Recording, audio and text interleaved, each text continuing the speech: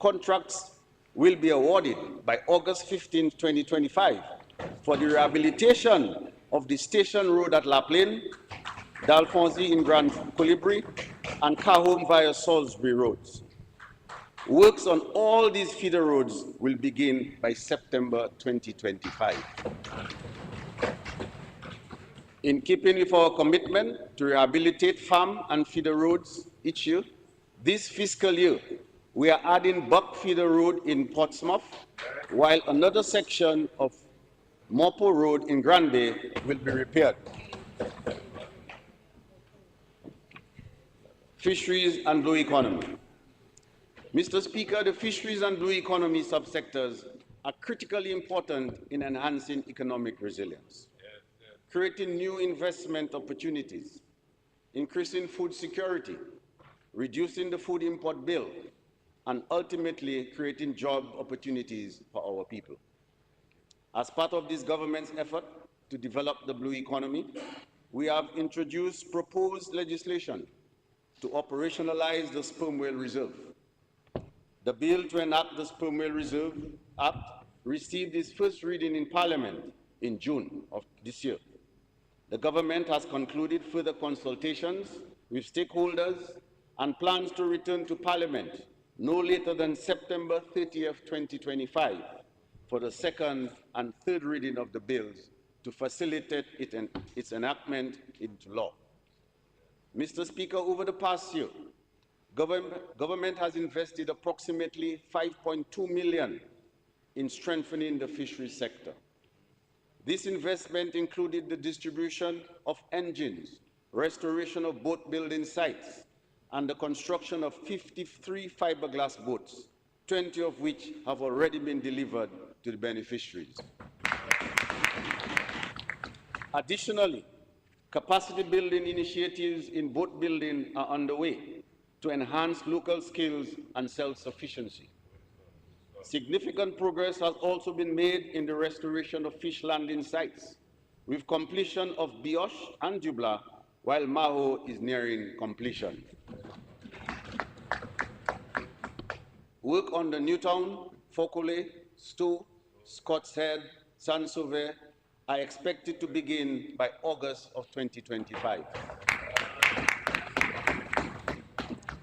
Furthermore, government has assigned the management of the Roseau Fish Market Facility to Dexia to create new opportunities in fish processing, logistics, and maintenance, while providing fisherfolk with fair market access and improved livelihoods. These are direct investments in our fisherfolk, all in an effort to empower them so that they can meaningfully contribute to our food security, and in so doing, create wealth for themselves and their families. This is part of this government's strategic investments in our people. Mr. Speaker, the initiatives outlined for the agriculture and the blue economy are focused on increasing overall production, enhancing the sector's contribution to national GDP, and creating new avenues for farmers to benefit from agro-processing and exports. By boosting output and investing in value-added production, these initiatives aim to modernize the sector, improve food security, and open income-generating opportunities for farmers both locally and in export markets. Incentive packages for the agricultural sector. Mr. Speaker, to support government's extensive investment in agriculture and incentivize production by farmers, a rebate program is proposed for select agricultural commodities.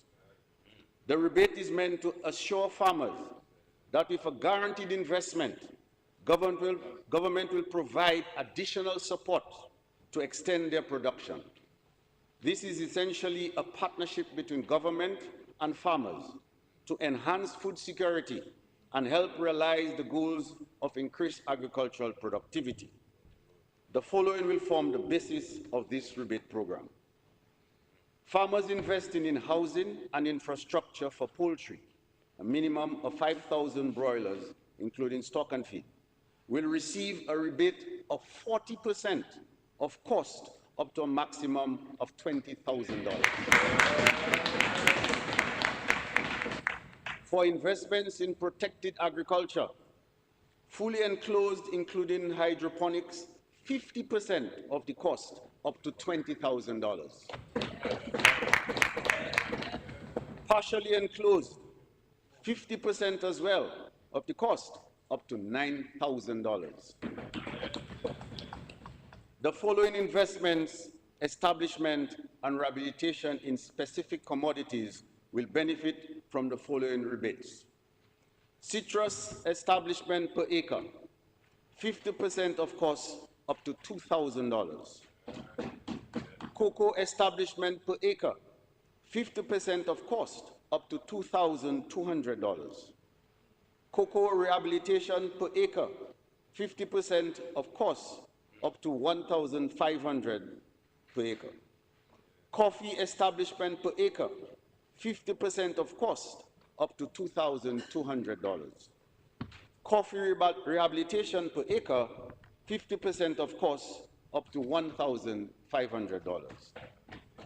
Additionally, considering the current vulnerability of our agricultural sector to natural disasters, a crop insurance scheme will be implemented to protect farmers from catastrophic loss.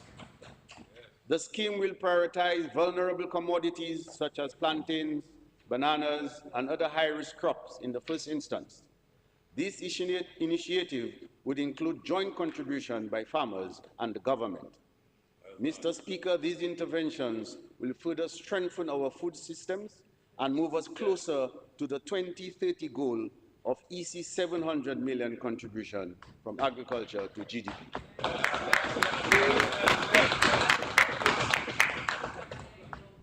Agroprocessing. Mr. Speaker, I wish to focus now on agroprocessing, a critical avenue for employment, particularly in rural communities.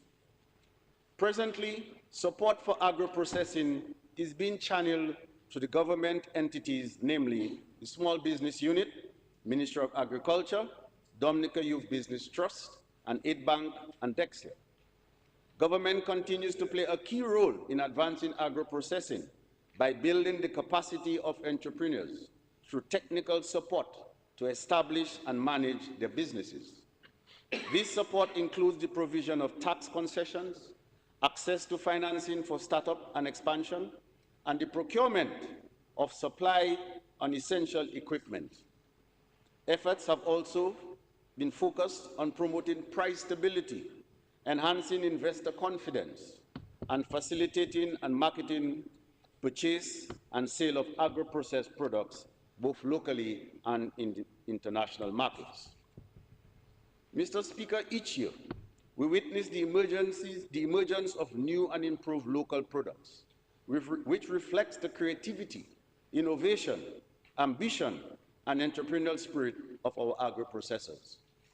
From B Natural skincare line, Nelly's plantains chips, Draughties, Aqua Botanical sea moss products, Nature's Touch oils and balms, Eclat Nova luxury soaps and candles, and Mama Sugar's hair products, to the growing range of locally produced pepper sauces, juices, pastries, cocoa sticks, and other natural products. Dominica's agro-processing sector continues to evolve and expand. We are also seeing tangible progress in the development of key value-added products.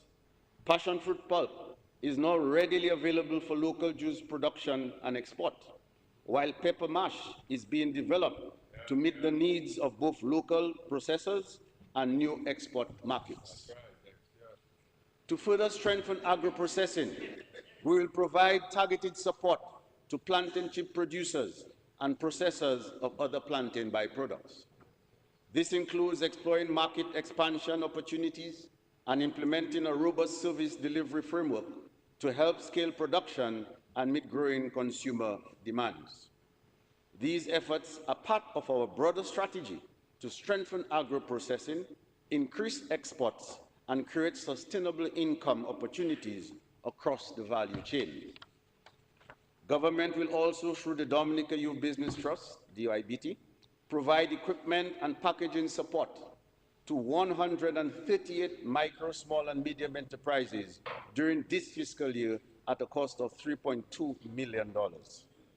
Additionally, work will continue on the establishment of a national multipurpose agro-processing facility, alongside the identification and listing of spaces across the country to create entrepreneurship hubs. These hubs will support agro-processors and other small manufacturers in scaling up production, improving product quality, and assessing new markets. I wish to remind all present and potential agro-processors that government has in place a very generous and efficient concession regime accessible through the small business unit. Trade.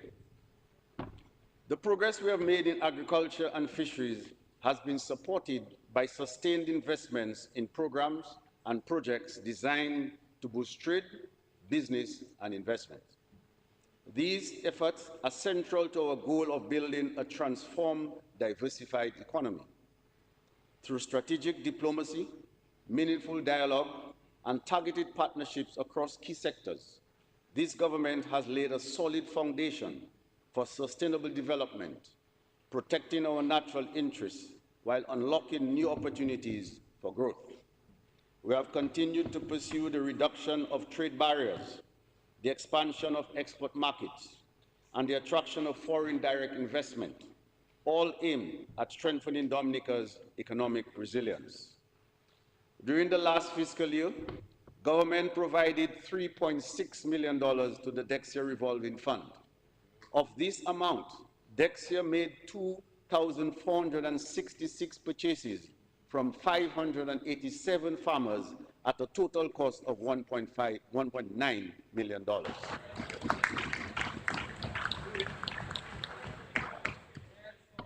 Dexia also continued to use this facility to meet its commitments to farmers on time and provide credit arrangements to hucksters, all to foster increased production and export. Key exports included 3.8 million pounds of plantain, dasheen, and ginger, with regular shipments to the British Virgin Islands, the US Virgin Islands, Antigua, Guadeloupe, St. Kitts.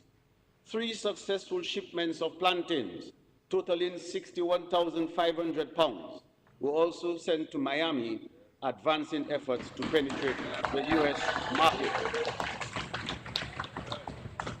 For fiscal year 2025-2026, Dexia will continue to forge ahead to increase our market share in Tortola and St. Thomas, while pursuing opportunities in the US and UK, particularly for dasheen, plantain, and ginger.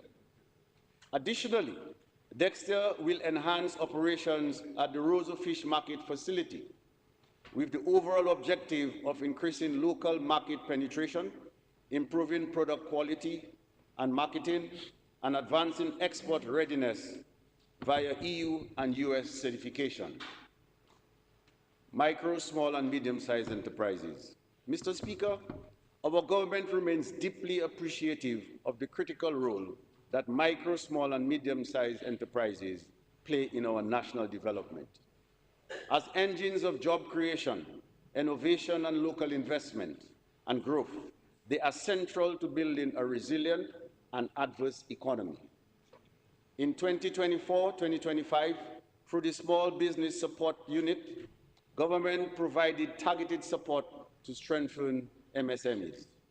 These included training of 157 entrepreneurs in financial management, customer service, marketing, and digital literacy, and international exposure for 67 entrepreneurs through exchanges in China and Venezuela. As of June 30, 2025, 549 MSMEs received a total of EC 25.8 million in low-interest loans from the aid bank, supporting expansion, equipment purchases, and job creation. Fiscal incentive licenses were also granted in key sectors such as agro-processing, videography, and construction, enabling duty-free imports of essential business inputs. For the 2025-2026 fiscal year, the government will intensify efforts to improve financing, policy reform, digitization, and strategic partnership. During pre-budget consultations, the MSMEs indicated that they appreciate the financial support received from the government, but would need even greater support in the areas of client and staff development.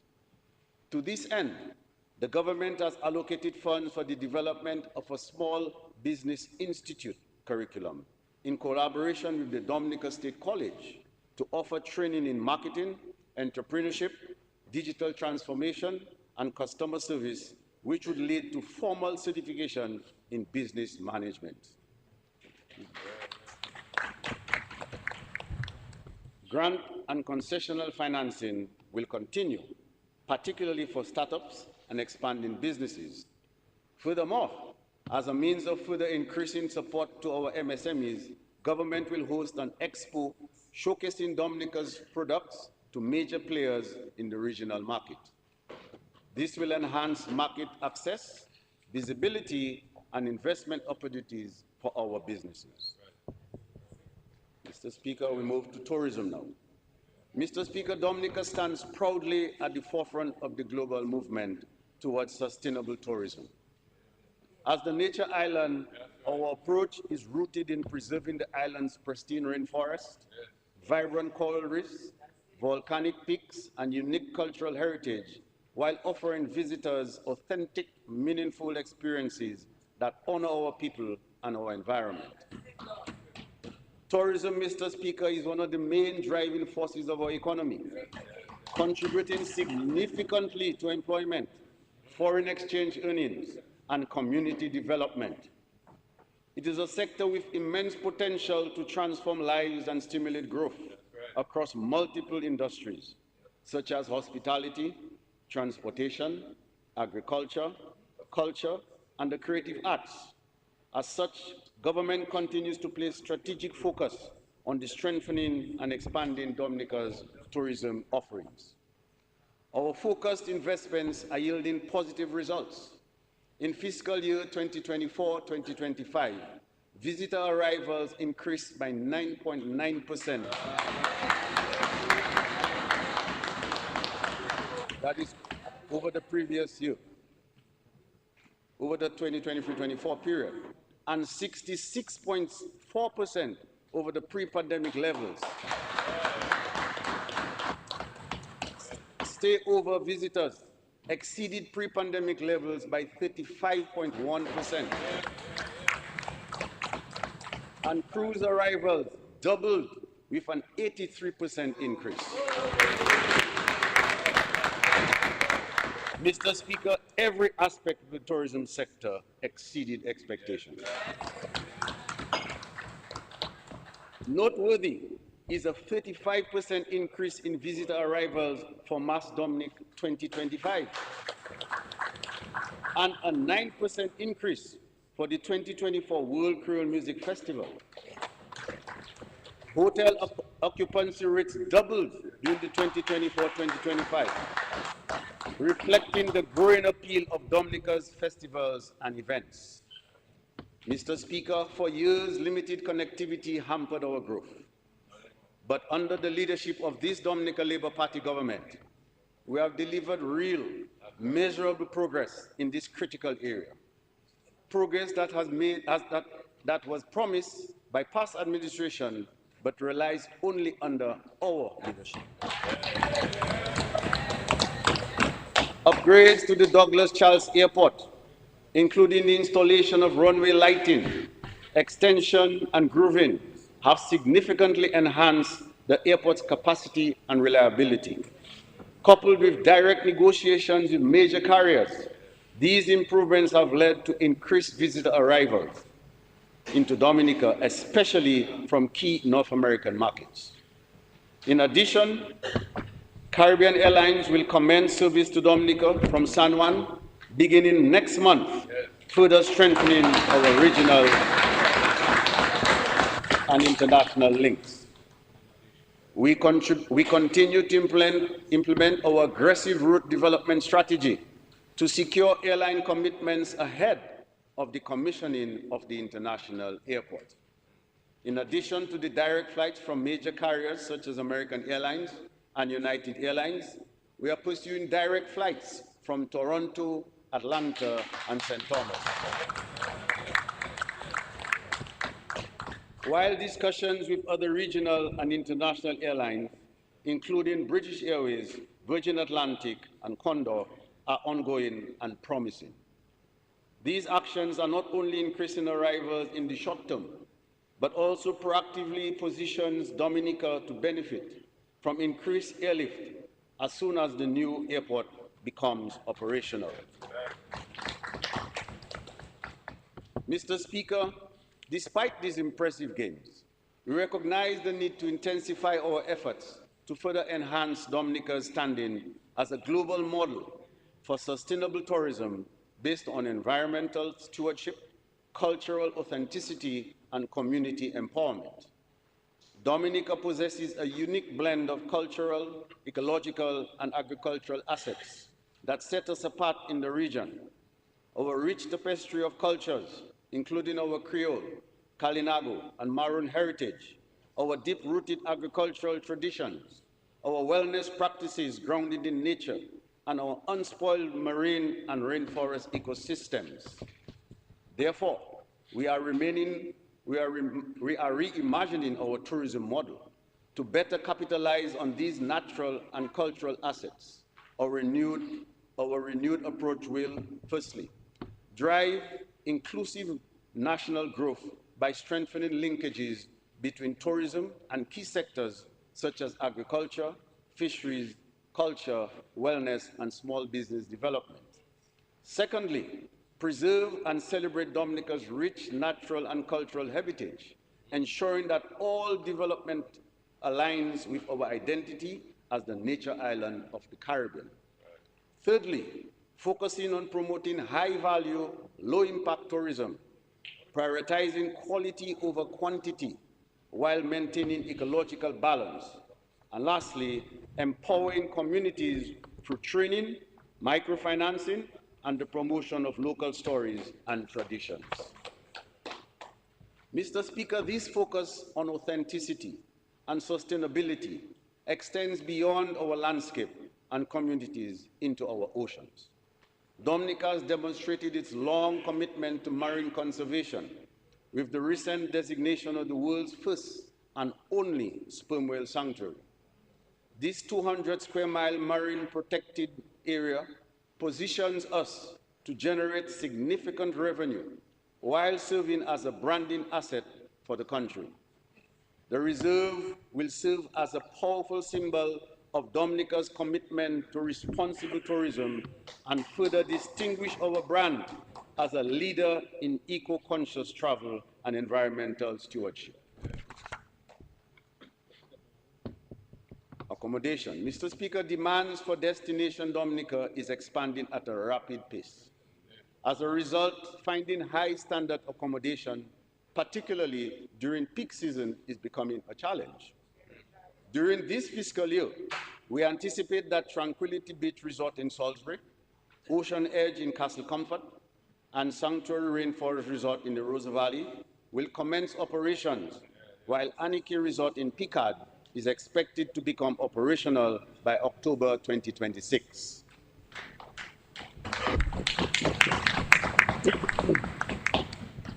We remain steadfast in our support for the hotel sector, which continues to serve as the backbone of our tourism industry.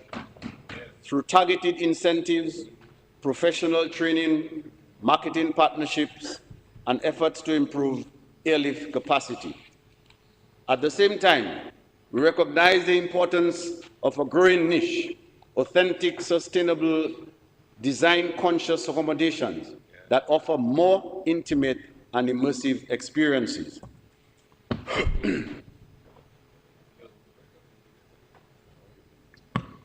From eco-luxury villas and forest lodges to boutique homestays, these properties elevate the visitor experience while reflecting the unique character of the communities in which they are rooted. The government is advancing a bold new initiative aimed at expanding high-quality, sustainable accommodation options across the island. Our vision is simple yet transformative: to foster at least one exceptional, locally owned property in every village, serving both short-term and long-stay travelers and remote workers. Mr. Speaker, village stays. Village stays is a reimagined model of accommodation that blends international standards with the warmth, culture, and natural beauty that make Dominica unique. This will be an immersive cultural experience that invites guests to connect deeply with our people, heritage, and environment. To realize this vision, the government is rolling out a dedicated village stays policy framework. This will include training in sustainable construction and culturally appropriate design. Secondly, operational mentorship to ensure consistency and excellence. Thirdly, monitoring and certification for quality assurance. And lastly, a cross-sector oversight committee will be tasked to guide the implementation. Dominica is also leveraging partnerships with global platforms like Airbnb to enhance visibility and market access, ensuring that community-based accommodations are positioned to thrive.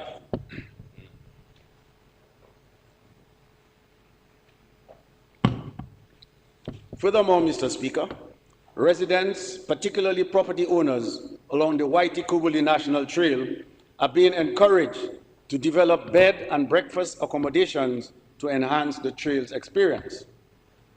For these property owners, government is willing to partner with you by providing the necessary concessions and fiscal incentives. Additionally, government will provide targeted fiscal incentive packages to small tourism accommodation island-wide to support the growth and quality of these community-based tourism accommodations. These packages will allow duty-free concessions on essential items such as linens, cutlery, cookware, small appliances, and other furnishings necessary to meet hospitality standards.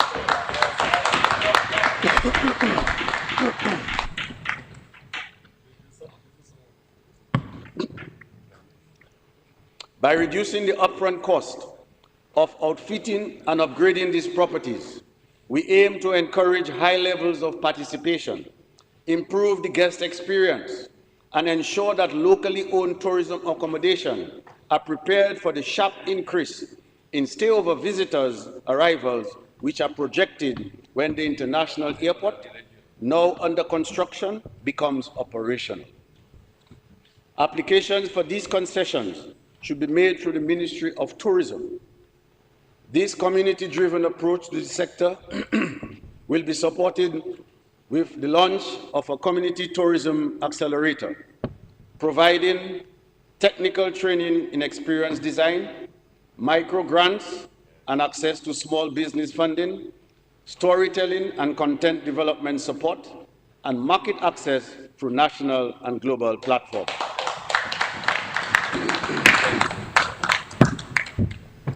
Mr. Speaker, we understand that policy must be followed by action. That is why in this fiscal year, we will move from planning to implementation. The tourism implementation strategy, complete with timelines, budgets, and key performance indicators, will be finalized. We will also launch a pilot community accommodation program in 3 to 5 high-potential villages to deepen community participation. And a tourism awareness campaign will be introduced to engage citizens and the diaspora.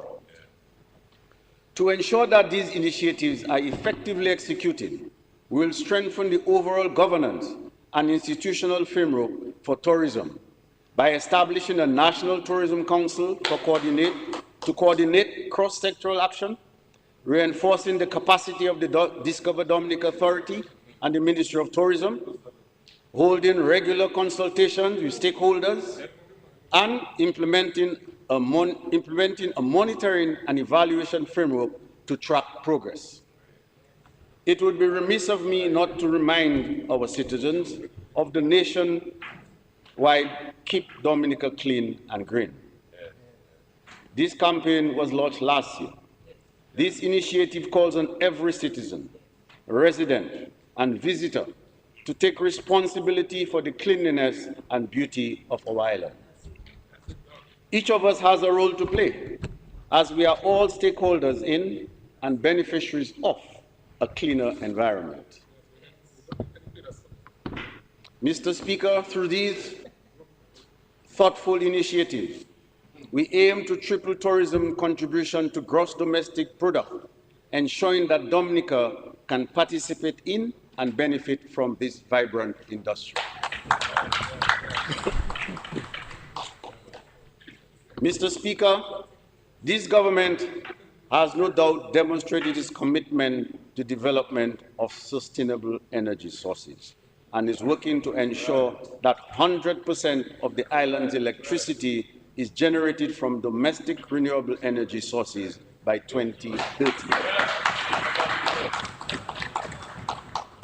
Dominica's push towards 100% renewable energy is driven by the need to reduce electricity costs, stabilize prices while making our country more attractive for doing business by way of reduced energy costs. In my previous budget address, I outlined major agreements which were in place for developing the geothermal power plant and the electricity transmission network. Today, I provide an update on the implementation of both projects. Roseau Valley Geothermal Power Plant. Mr. Speaker, with regard to the Roseau Valley 10-megawatt geothermal power plant, I am pleased to confirm that construction of the power plant is on schedule.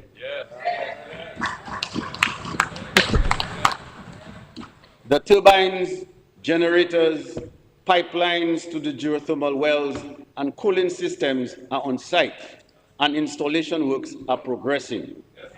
Testing of the various components of the power plant will commence in October of this year, with commissioning planned for the end of December 2025. Public education efforts, ranging from community to school consultations and private sector tours, are also building national awareness as we plan future geothermal expansion and commercial use. For the transmission network, to support this shift to 100% renewable energy and enhance efficiency, we are upgrading our transmission network at a cost of $116.1 million, starting with a resilient Hurricane Category 5 rated system connecting the Roseau Valley to Fokole. This includes 3 new substations and 18 kilometers underground and overhead lines. Funded through a World Bank loan and Global Environment Facility grant, work has begun on the Padu, Trafalgar, and Fokole substations, with key components to become operational by late 2025. Additionally, a 7 million 5-megawatt battery energy storage system funded by the government of Dominica and the United Arab Emirates was commissioned in May 2025 at Domlec's generation site in Fokole. This has brought 2 major benefits to Domlec and its consumers. Firstly, it has reduced the cost of generation, as Domlec is now able to store power and shut down generators, which originally would have been in operation to back up other generators. Secondly, it has significantly increased the reliability of Domlec service, as the company is now able to keep 5 megawatts of power, twice the size of the company's largest generator, on standby to be utilized in the event of loss of generation.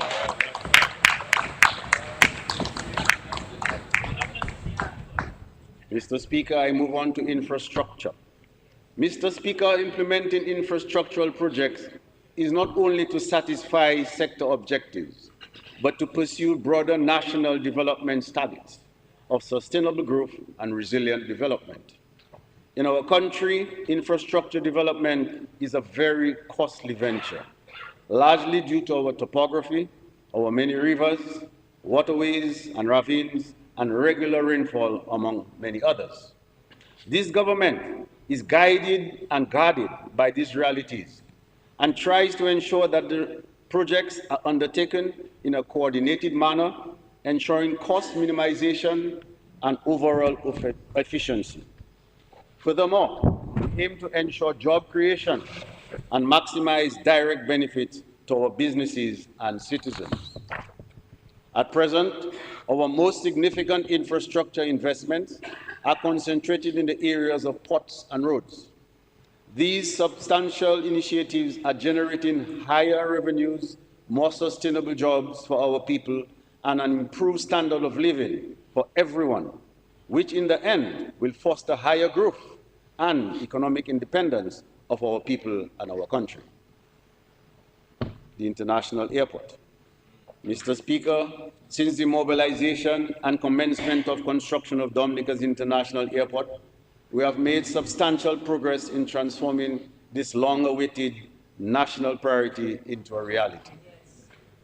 The scale and pace of work on this project are unprecedented in our nation's history, and the airport is now 40% complete and ahead of schedule. Mr. Speaker, civil works are well advanced. Major supporting infrastructure, such as 4 large culverts spanning more than 2,000 meters in length, have been constructed to ensure proper drainage. It is anticipated that the leveling of the runway will be complete by the end of December this year. This year, we have started construction of the passenger terminal and will soon commence work on the cargo facility, air traffic control tower, and rescue and firefighting service building. We will also commence construction of a tunnel beneath the runway to ensure uninterrupted, safe and efficient access between the communities of Wesley and Woodfordale. To date, over 45 million in compensation has been paid out to 235 property owners, and 47 new homes have been constructed, with 31 built directly by the government. Mr. Speaker, this transformative project remains on schedule. It will serve as a catalyst for tourism, trade and investment, reshaping Dominica's economic landscape and global connectivity. The marina, Mr. Speaker. I am happy to report to the Honourable House that the construction of the Cabrit's Marina is progressing on schedule. The marina remains a key pillar in the government's strategic plan to position Dominica as a premier destination for marine tourism. Phase 1 of the project, which is currently underway, involves critical foundational infrastructure, including the marina basin, revetment, and breakwater. This phase is scheduled for completion by June 2026 and is being executed with precision and adherence to international engineering standards. Phase 2 of the marina development, which will commence procurement activities in August 2025, followed by construction by January 2026, will deliver the core operational features of the marina. These include the installation of fixed jetties, floating pontoons, and the provision of marina services such as docking, fueling, waste disposal, and security. This phase is projected to be completed by August 2026. Phase 3 will address all remaining utilities and supporting infrastructure, ensuring that the marina is fully equipped to handle the needs of visiting vessels and their crews. This final phase is expected to be completed by November 2026. Mr. Speaker, I must inform the Honourable House that the Government of Dominica has identified a reputable and experienced marina operator. This operator has received global recognition under the Yacht Harbour Association Gold Anchor Accreditation Scheme, a standard that reflects a commitment to excellence in marina development and customer service. The benefits of this partnership extend well beyond the physical infrastructure. It brings with it the training and employment of a local workforce, ensuring that Dominicans are equipped to take full advantage of the opportunities within the marine tourism sector. It will also foster strong engagement with both community and private sector stakeholders, creating a shared sense of ownership and participation in the success of the marina. Through the operator's global reputation for excellence, the Cabris Marina will offer best-in-class services and standards, attracting a loyal following of captains, crews, and boaters who already associate the brand with quality and professionalism. Moreover, the marina will enjoy worldwide exposure and promotion through the operator's international marketing network, with targeted destination marketing initiatives carried out in close collaboration with the Ministry of Tourism and Discover Dominica Authority. Importantly, the partnership also includes a robust plan for ongoing facilities management and asset preservation, ensuring that the marina remains sustainable, profitable, and in good condition for years to come. Mr. Speaker, once operational, the Cabris Marina will unlock wide-reaching opportunities in our yachting and maritime tourism sectors, generate direct and indirect jobs, stimulate surrounding businesses, and enhance Dominica's presence on the global nautical map. This project is an investment in a new economic frontier for Dominica, and the government of Dominica is committed to its successful completion. In preparation for the opportunities which will arise, the government will move to provide scholarships to train at least 5 individuals to become certified captains and pilots. Mr. Speaker, other ports. Preparatory work has commenced at the Ansdime jetty. Some of the decking is being done precast off-site, and the tubular pipes have been ordered. This project is expected to be completed by the end of this fiscal year. With the anticipated rise in traffic following the completion of the Ansdime jetty, construction will begin on a new customs building at that location. This building will house customs and immigration offices, as well as accommodation for the officers stationed there, ensuring a secure, efficient, and comfortable environment for port operations. Once completed, the new port facility will increase the profitable trade between Dominica, the French islands of Guadeloupe, Lesseps, and Marie-Galante. Simultaneously, detailed designs are being finalized for a new ferry terminal at the existing bayfront site in Roseau. Mr. Speaker, with passenger arrivals often reaching 300 to 400 people per ferry, the current terminal is no longer adequate. Stakeholder feedback confirmed that the bayfront remains the preferred location for passengers, and the new terminal reflects this preference while addressing the urgent need for improved functionality. The redesigned facility will include clearly defined areas for arrivals and departures on the ground floor to reduce congestion and speed up processing. The upper level will house a modern departure lounge, complete with duty-free shop, viewing platform, restaurant, and other traveler amenities. We anticipate that a contract will be awarded by December 31st, 2025, with construction set to begin in the third quarter of this fiscal year.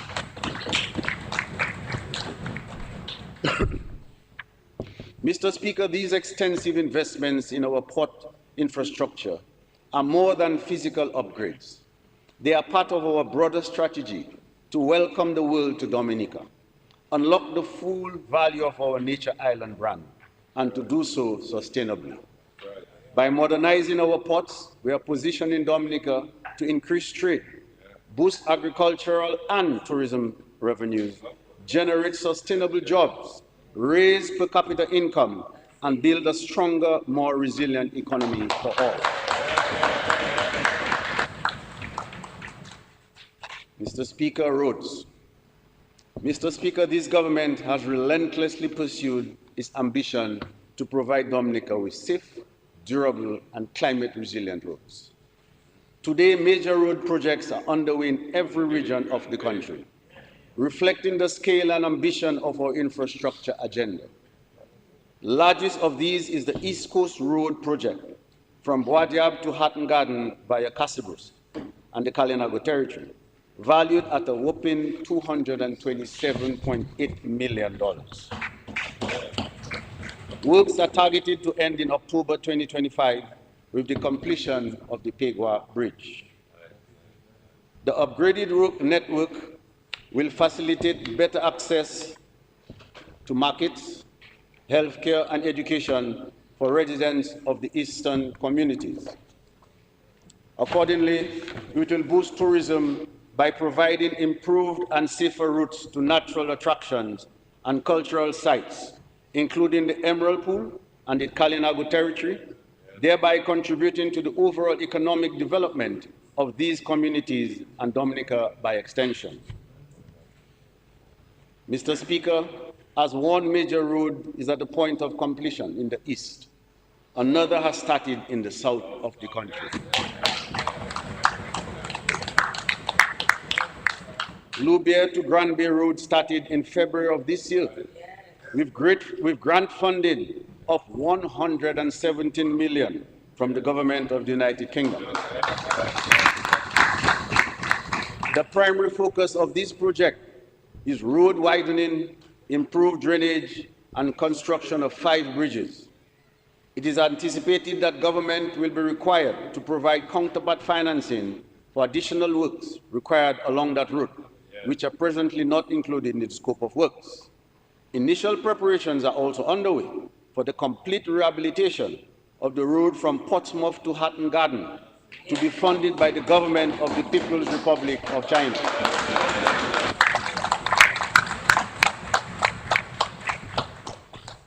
This road project will be done in 3 phases.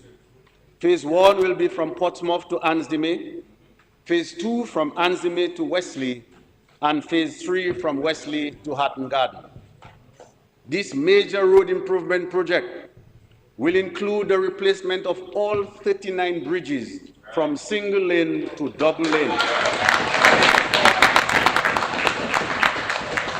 the construction of new culverts, slope stabilization, and major road alignment, which will eliminate unnecessary bends and corners, enhancing road safety and reducing traveling time. It is anticipated that the road construction will commence in late 2026.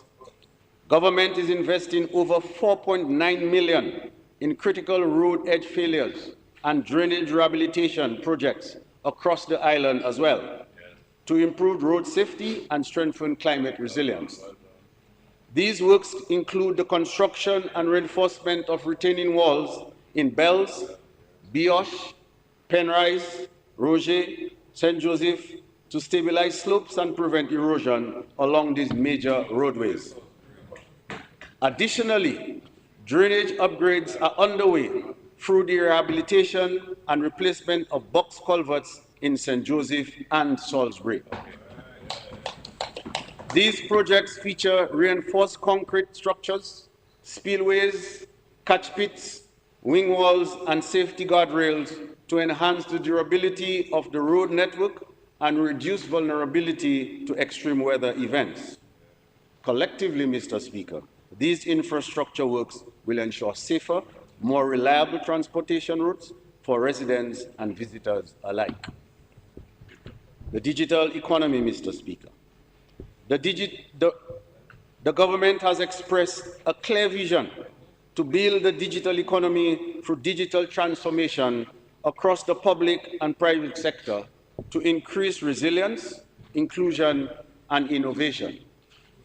The strategic pillars of digital transformation include building digital skills and literacy, fostering innovation, delivering efficient public services, building resilient digital infrastructure, and ensuring that the modern legal systems are in place. The government has been implementing several key activities aimed at achieving these strategic pillars. Mr. Speaker, embracing innovation will lead to new business opportunities, increased productivity, and greater efficiency for the business sector. Last fiscal year, the government of Dominica awarded digital innovation matching grants to 79 small businesses to support innovation in this sector and began outfitting the computer labs at our primary and secondary schools. I am happy to report that these businesses have since digitalized their manual processes.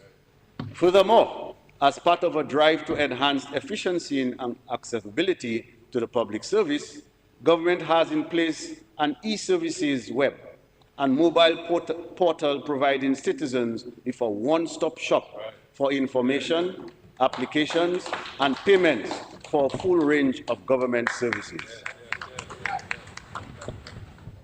Since the launch of these services, over 13,000 transactions have been processed using the e-services and e-payment portals. The e-services platform will be expanded in this fiscal year to include new services such as application and payment for all types of visas to facilitate travel to Dominica. Additionally, in the new fiscal year, government will expand the digitalization of services to include the launching of a new integrated health system and the start of implementation of a new tax system, both of which are expected to improve services to the public. In addition, upgrades will be made in support of the tourism sector, including digital solutions for payment and access to tourism sites. In this regard, government, in collaboration with the National Bank, will launch a program for small operators, including vendors and taxi drivers, in the tourism sector to gain access to mobile card processing machines at affordable rates. This will make their services more accessible and convenient for visitors and residents and increase businesses for the operators. Establishment of a digital fabrication laboratory. Mr. Speaker, in line with our vision to build a knowledge-based economy and prepare our young people for the industries of the future, government will establish a digital fabrication laboratory, as a Fab Lab, at the Dominica State College. This initiative represents a critical investment in the next generation of Dominica innovators, engineers, and entrepreneurs. The Fab Lab will serve as a dynamic makerspace, a collaborative, high-tech environment where students, artists, and creators can experiment with cutting-edge digital tools and fabrication technologies. This facility will offer hands-on training in 3D modeling, 3D printing, coding, electronics, and microcontroller programming, using tools such as Arduino, Blender, and Plasticity. Through this facility, students will be empowered to translate digital designs into tangible prototypes, developing skills in rapid prototyping, product development, interactive electronics, and creative problem solving. They will gain practical experience integrating sensors, LEDs, servos, and circuit boards to create functional real-world applications. Importantly, Mr. Speaker, the Fab Lab will not be limited to full-time college students. It will also offer short courses and weekend workshops encouraging informal learning and exploration. Mr. Speaker, with the establishment of the Fab Lab, we will nurture creativity, critical thinking, and entrepreneurship, ultimately inspiring a new generation of Dominican innovators and fostering long-term interest in technology and engineering fields. Mr. Speaker, the environment. Mr. Speaker, the environment is the common thread that connects all sectors that drive our economic and social development. It must be responsible, managed, and safeguarded for the benefits of both present and future generations. During the 2024-2025 fiscal year, a range of initiatives were implemented to strengthen environmental stability in support of national development while advancing Dominica's goals of climate resilience and sustainable growth. Guided by the National Resilience Development Strategy, NDRS, and aligned with the 2030 Sustainable Development Goals, our agenda for the environment focuses on carbon neutrality, forest conservation, and climate resilience. This year, we're also placing increased emphasis on improving waste management. Carbon neutrality. Mr. Speaker, in 2016, Dominica ratified the Paris Agreement with a view to limiting global warming and mitigating the effects of climate change. This is an ambitious carbon emission reduction target, and I am pleased to report that Dominica has been declared carbon neutral by RED, that is RED, which stands for Reduction in Emissions from Deforestation and Forest Degradation, under the United Nations Framework Connection on Climate Change, meaning the country has a net zero carbon footprint. This positions Dominica among only 8 nations globally and the only small island developing state. The only small island developing state along larger rainforest nations like Guyana and Suriname. Reduction of emissions from deforestation and forest degradation plus certification, Mr. Speaker, refers to the process of verifying and certifying emission reductions and removal from forest conservation and restoration activities.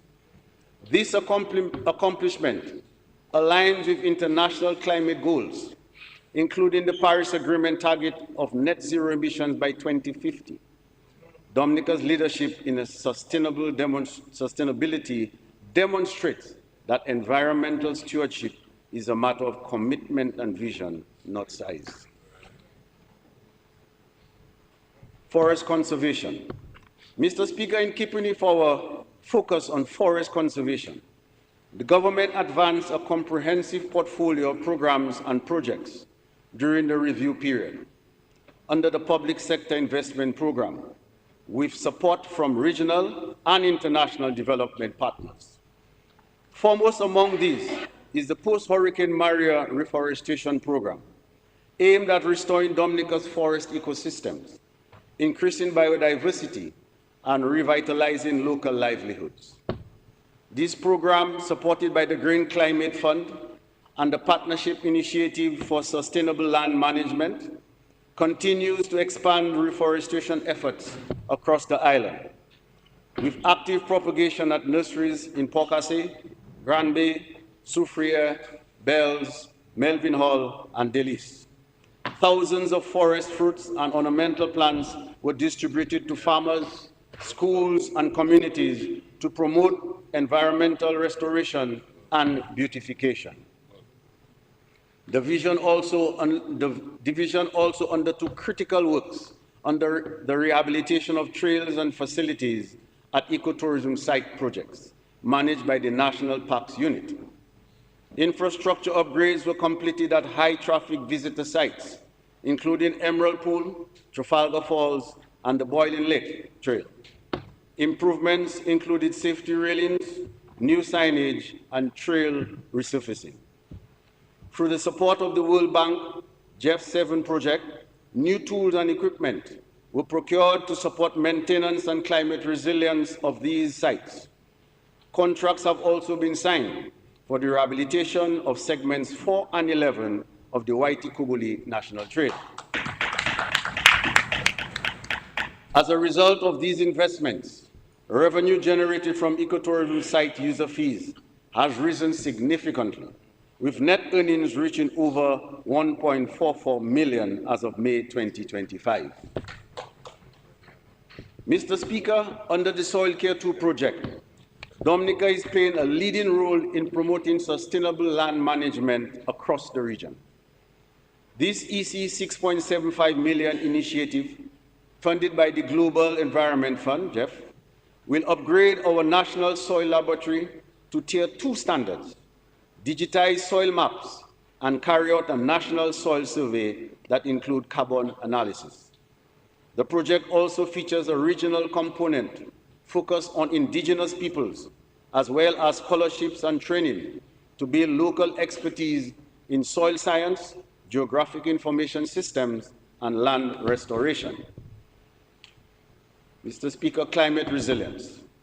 Mr. Speaker, an essential element of our climate resilience efforts is our ability to tap into existing climate financing frameworks to support adaptation and mitigation initiatives.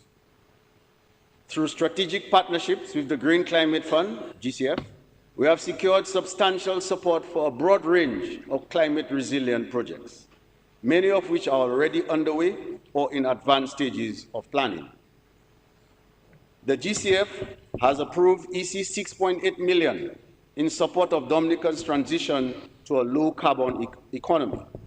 Funding is available for the assessment and design of shore power infrastructure for maritime transport, especially cruise vessels, and the design of data and cloud storage facilities powered by geothermal energy.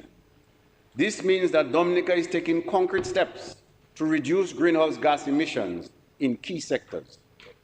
The shore power infrastructure will allow docked cruise ships to plug into the island's electricity supply, powered by cleaner energy instead of running their engines, which burn fossil fuels and emit harmful pollutants.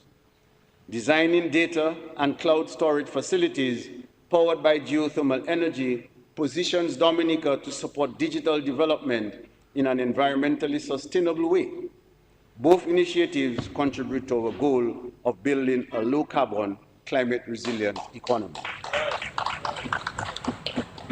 Dominica is also undertaking an economic feasibility study to explore the development of a green industrial eco-park. This park would serve as a hub for environmentally friendly businesses and industries that operate using renewable energy and sustainable practices. The study will assess the potential for attracting green investments, creating jobs, and supporting low-carbon manufacturing and innovation. The findings expected by December 2025 will help guide the next steps in establishing the eco-park as part of Dominica's broader greener growth strategy.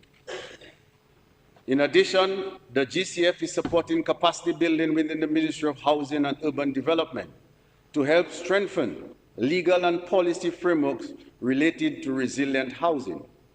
In practical terms, it will support the process of issuing official titles to individuals and families who have been granted homes by the government, ensuring they have full legal ownership and long-term security. Final approval is anticipated by the end of 2025 for the Dominica Community Resilience Enhancement Project, DOMCREP, an EC 65 million GCF grant proposal. Implementation is expected to begin in 2026, targeting climate adaptation and resilience building in 9 communities, including Qualiho, Kulibistri, Warner, Good Hope, and Bagatelle. Mr. Speaker, this government understands that resilience begins with our natural systems. Our efforts are creating economic opportunities and equipping Dominica to confront the impacts of climate change head-on. We will continue to invest in the health of our ecosystems and the partnerships that support our journey to a sustainable and resilient future. Solid waste management, Mr. Speaker. Mr. Speaker, solid waste management, especially our disposal practices, has become a major concern and topic of public discourse in Dominica. It is therefore imperative that we strengthen our systems to maintain a clean, healthy, and sustainable environment for all. As we continue to address the challenges of waste management, government will reform the operations of the Dominica Solid Waste Management Corporation so that it could better fulfill its mandate with greater efficiency, ensuring timely collection and adherence to established schedules. To support this effort, the government is undertaking several key initiatives during this fiscal year. 6 new garbage trucks have been procured. 2 of these trucks will arrive by August 1st, 2025, while the remaining 4 are currently en route and are expected to arrive by early October 2025. We have begun work on the decentralization of the landfill from stock farm to relieve pressure on a single location and better serve communities in other areas. We will establish a dedicated dump site for derelict vehicles, while white goods and tires to address environmental and safety concerns. Furthermore, collection of garbage will be decentralized with trucks positioned across districts, and local authorities will be empowered and incentivized to collect and provide oversight. Government will also purchase 4 additional tipper trucks, which will be placed in select communities to enhance the collection and disposal processes. We will restructure and strengthen the operational capacity of the corporation, including increased staffing and resources to improve coverage and service quality, and also public education and promotion of greater community responsibility will be heightened by encouraging and supporting citizens to properly sort, store, and dispose of waste, and to take ownership of the cleanliness of their surroundings. Mr. Speaker, the government accepts full responsibility for the collection and disposal of solid waste in Dominica, and will make no excuses in ensuring that this is done effectively and efficiently. The actions which I have articulated this morning will no doubt enhance the corporation's capacity to deliver improved services across the island. But at some point, Mr. Speaker, we as citizens and residents of our beautiful country will need to have a conversation about our individual financial contributions towards the collection and disposal of our waste. Clearly, the idea that government should do it alone must come to an end. So at some point, Mr. Speaker, after consultations, we'll have to return to this honorable House to present recommendations from the general public about our individual and collective financial contributions to the collection and disposal of our waste in Dominica, to preserve the health of our environment and uphold our standing as the nature island of the Caribbean.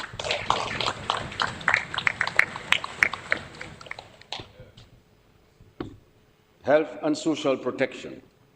Mr. Speaker, this government has recognized that a robust health system must be grounded in equity, driven by strategic investments that positively impact on every citizen in every community. Over the past years, we have made significant and transformative strides in advancing healthcare. We have upgraded primary and secondary care infrastructure, outfitted these facilities with state-of-the-art equipment, financed the training of several health professionals, created and upgraded staff positions, all of which have contributed to the expansion of traditional health services, as well as introduced services which were not available in the country. All of these have enhanced the overall experience of our citizens seeking health care. Our efforts to build a robust healthcare system for a healthier nation continue in this fiscal year. At the primary care level, we will focus heavily on prevention, mainly through immunization and education. Non-communicable diseases, NCDs, account for 3 of every 4 deaths in the country. Therefore, with an NCD unit already in place, greater attention will be given to combating NCDs. Several initiatives are ongoing, and this year we will launch 2 major awareness programs to promote food literacy and health choices through nutritional labeling, school partnerships, and increased access to locally grown nutritious produce. In addition to educational and promotional activities, we will conduct screening of students for NCDs, physical activity campaigns, mental wellness, outreach, and parental education. Even with these initiatives, Mr. Speaker, citizen responsibility in combating NCDs cannot be overrated. Each of us must take ownership of our health. Adopting healthier lifestyles can change lives. The impact of NCDs is not just statistical, it is personal. We all have friends, family, and loved ones whose lives have been negatively impacted by these diseases. It is incumbent upon all of us to safeguard our health. As part of our ongoing efforts to strengthen nutrition and food safety, we will soon introduce a food safety and security bill to Parliament, aimed at ensuring higher standards of food production, handling, and distribution for the protection and well-being of our citizens. Collaboration among our nutritionists in the health sector is already underway to promote better nutritional practices among our citizens. Prevention of disease through immunization is also critical. Dominica has made significant progress in immunization, rising from 76% to 90% within 1 year. This year, we will make a much-needed change to the immunization of infants. We will switch from the pentavalent vaccines to the hexavalent vaccines, which will reduce the number of inoculations for our infants. In addition, preparations are being made to introduce the pneumococcal conjugate vaccine 20 in 2026 to help infants and vulnerable elderly combat seasonal flu. To bolster public health resilience, Dominica is participating in the Pandemic Fund project in partnership with the World Bank, PAHO, and FAO. With an investment of $9.2 million, this initiative will modernize disease surveillance systems through the purchase of software and equipment, upgrade laboratories, train personnel, and improve emergency preparedness. Mr. Speaker, Dominica can now boast of having one of the most modern hospitals in the Caribbean, where citizens can access MRI with contrast, transesophageal echocardiograms, angiology, surgical services, ophthalmology services at our Eye Center of Excellence, ICU in each ward, functional A&E with theaters, among others. However, this government is aware of the criticism and the concerns of the public regarding the care they receive in some instances. In this fiscal year, we will address this with other matters with concrete action. We will appoint a full-time executive chairperson to strengthen the governance, accountability, transparency, and to assure overall the delivery of high-quality patient care. In addition to the post of Chief Executive Officer, we shall appoint a clinical director who will have the equal rank of Chief Executive Officer, reporting directly to the Executive Chairperson.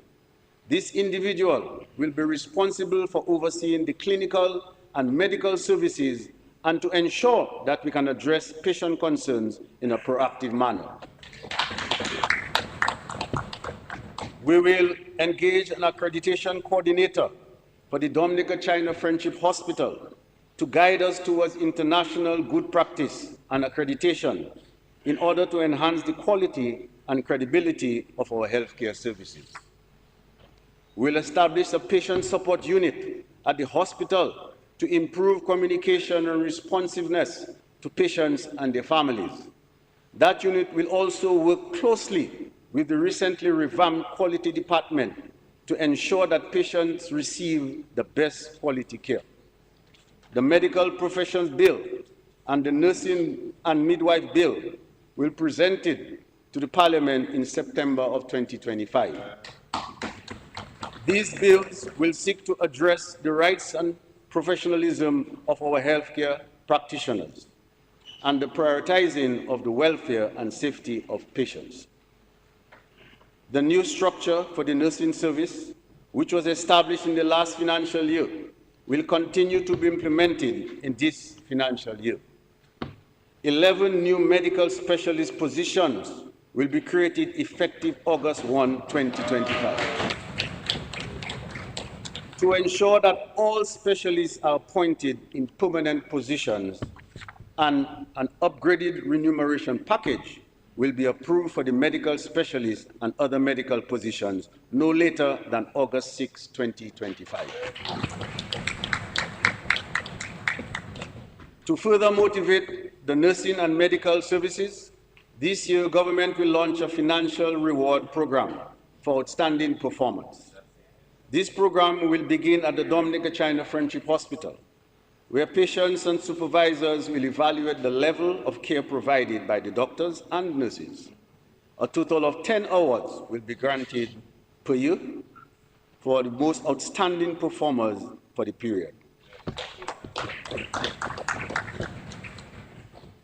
Mr. Speaker, one of the most impactful initiatives for healthcare in Dominica is the Health Management and Information System, which is currently being developed at a cost of $15.5 million.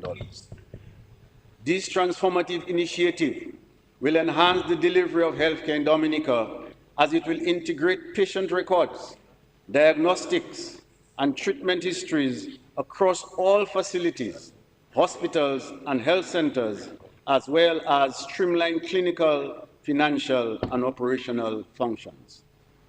It is envisioned that the integrated patient administration module, the first of 49 modules, will go live by December 31, 2025. Once fully operational, the system will boost continuity of care, efficiency in diagnosis and treatment, and reduce processing time as patients' records will be stored in that system and readily available. Mental health, Mr. Speaker, is another key priority. Government, with the support of the Pan American Health Organization, PAHO, began a review of the mental health policy legislation in June 2025. The aim is to establish a modern, rights-based, community-oriented system that integrates mental health into primary care, expanded counseling in schools, communities, and the police and public services will support early intervention and reduce stigma. These initiatives are expected to better support the mentally vulnerable population.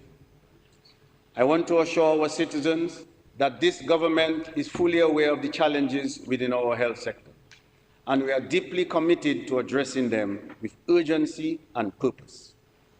Our vision is to build a truly patient-centered health system, one that prioritizes accessibility, quality care, and equitable service delivery for every citizen, regardless of location or circumstances. This means investing in infrastructure, technology, and training, and practicing compassion, respect, and accountability. We are building a health system that promotes wellness, empowers healthcare professionals, and restores public confidence through consistent, efficient, and dignified care. Social protection.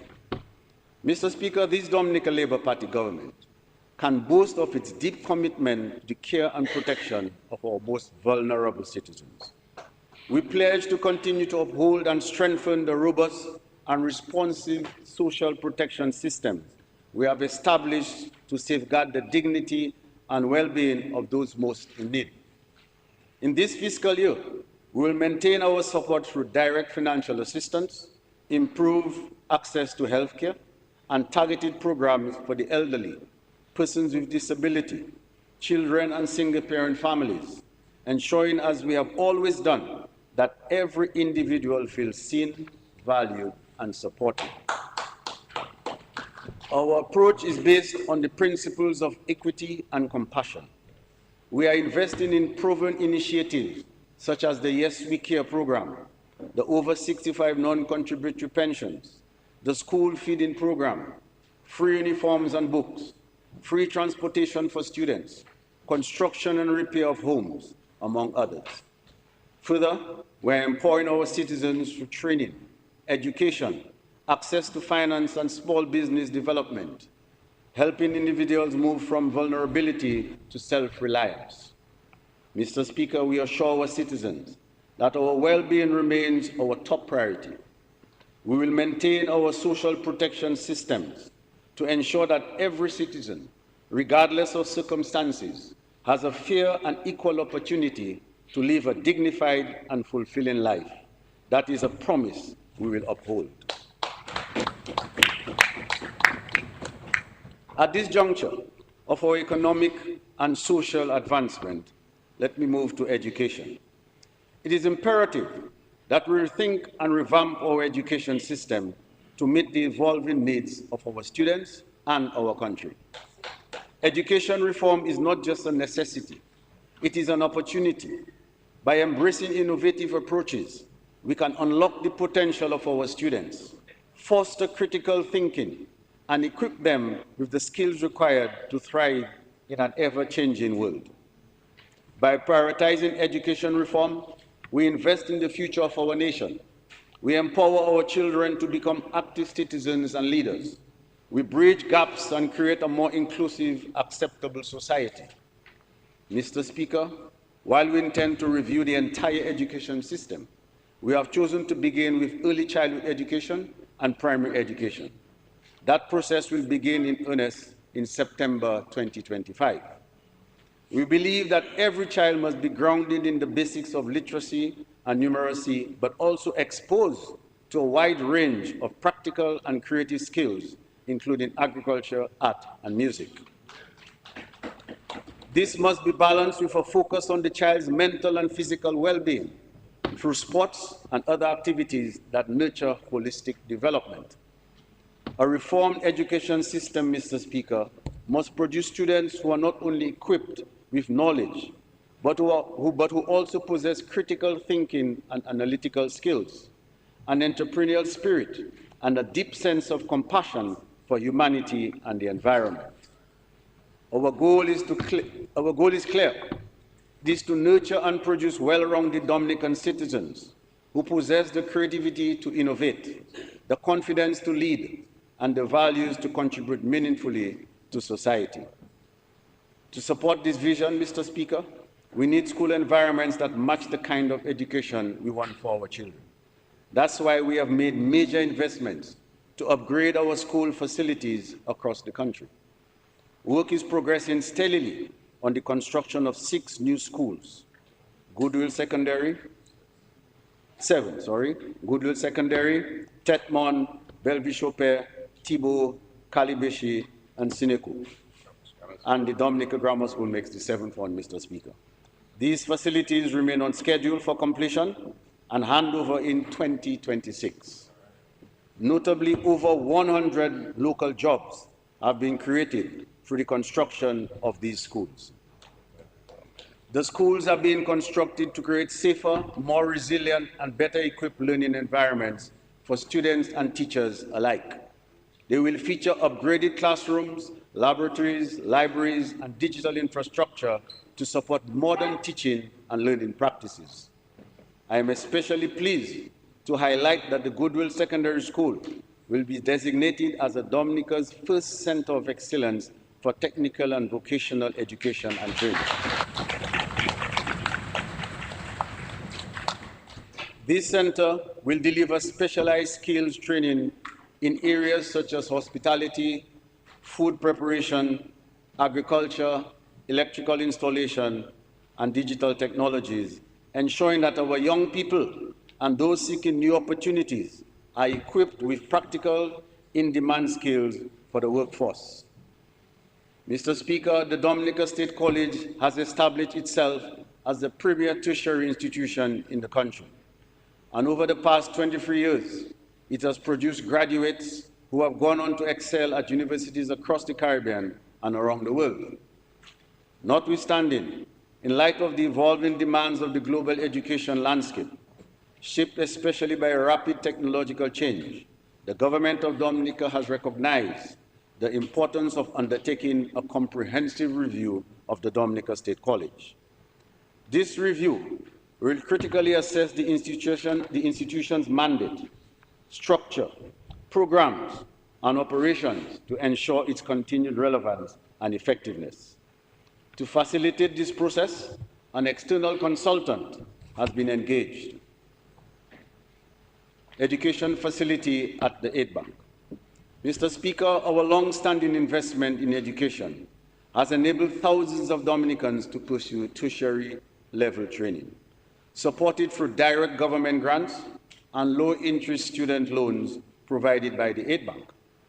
As we transition into a new phase of national development, with the construction of the international airport, the establishment of the Cabrit's Marina, and significant advances in geothermal energy, exploration, and plant construction, the demand for additional skills within the workforce increases.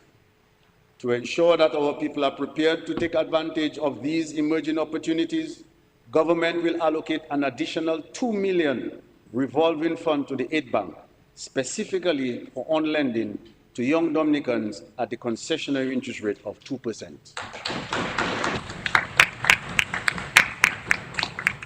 This facility will be targeted at those wishing to pursue studies in high-demand areas such as engineering, aviation, renewable energy, environmental sciences, and other technical disciplines such as electrical installation, plumbing, and woodwork.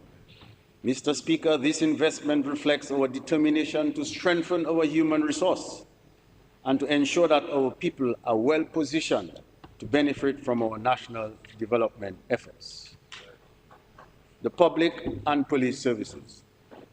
Mr. Speaker, the government recognizes that the public service makes a critical contribution to national development.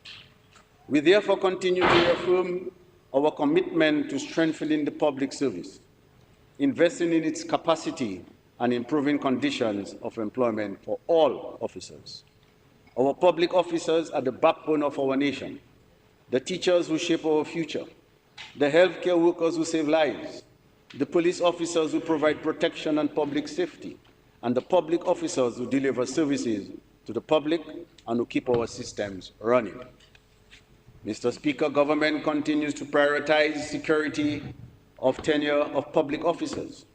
During the 2024-25 fiscal year, a total of 361 public and police officers received permanent appointments at an increase of 24%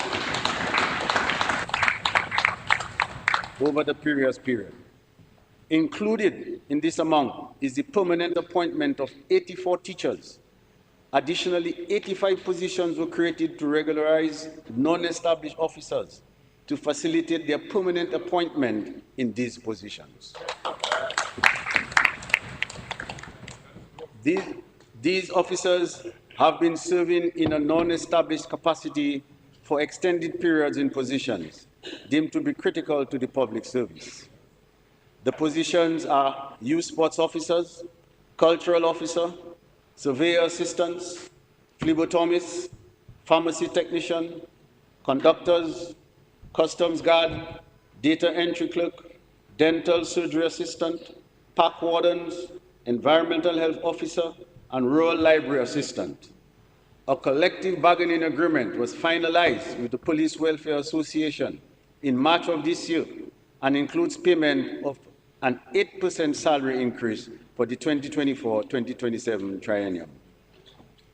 The salary increases have been effected for police officers, and a total amount of $465,554.47 in back pay was paid in May 2025 to police officers. Effectively July 1, 2025, all police officers will be paid risk allowances of $450 and $250 monthly based on assignment.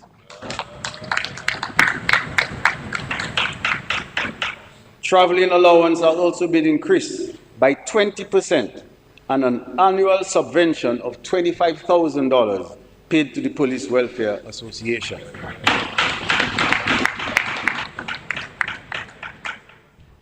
The Dominica Association of Teachers has accepted government's proposal, while negotiations with the Dominica Public Service Union are still ongoing.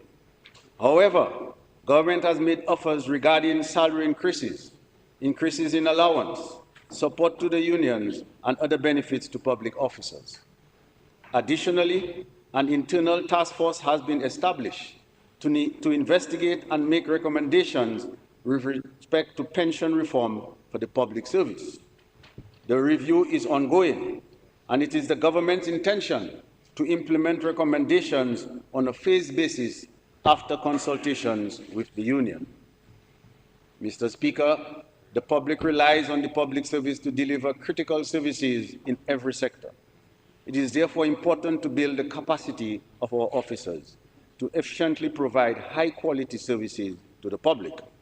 We will therefore continue to focus on training and capacity building for our officers to increase their knowledge and competencies in the fields that they serve and implement new standards for delivery of services across the public service. I now move to community development, Mr. Speaker. Mr. Speaker, this government remains steadfast in its commitment to building resilient communities, empowering youth, promoting national identity, and enhancing social and economic infrastructure across the country. In the 2024-25 fiscal year, we implemented a wide-ranging portfolio of impactful projects and programs, from major infrastructure upgrades to youth leadership training, vibrant community sports initiatives, and cultural revitalization efforts. Under the Basic Needs Trust Fund, BNTF 10 program, government invested EC 6.5 million in critical community projects. Among these, the Paybush Water Enhancement Project, now 90% complete, will serve over 1,040 residents upon completion. Additional investments supported the restoration of the Clifton Back Road, the Grand Bay Dubic Multipurpose Center, the Daly's Playing Field, and the Trafalgar Basketball Court, all contributing to improved quality of life in these communities. Mr. Speaker, as part of our commitment to climate resilience, cultural preservation, and community empowerment, construction of the Kalinago Multipurpose Center and emergency shelter is progressing steadily in the community of Bataka. The total contract sum for the center is EC $7.6 million, with a contractual duration of 16 months. As of today, the project is 6 months into implementation, with EC 1.2 million worth of works already certified. Once completed, the multipurpose center and emergency shelter will significantly enhance the disaster preparedness and cultural resilience of the Kalinago community. It will accommodate 125 beds and feature essential amenities such as washrooms, kitchens, dining facilities, food and material storage, general and emergency operation offices, a first aid center, library, computer lab, and dedicated parking, including spaces for persons with disabilities. To ensure operational continuity during emergencies, it will be equipped with backup communication systems, a solar power generation system, a standby diesel generator, and a 15,000-gallon water storage capacity. The structure is engineered to withstand seismic activity and Category 5 hurricane winds, in alignment with Dominica's climate resilient infrastructure principles. Mr. Speaker, beyond its emergency shelter function, the center is designed to serve as a vibrant cultural hub. Its architectural design draws on Kalinago heritage and folklore, incorporating elements inspired by L'Escalier Teche, Majini Peak, and traditional basket weaving patterns.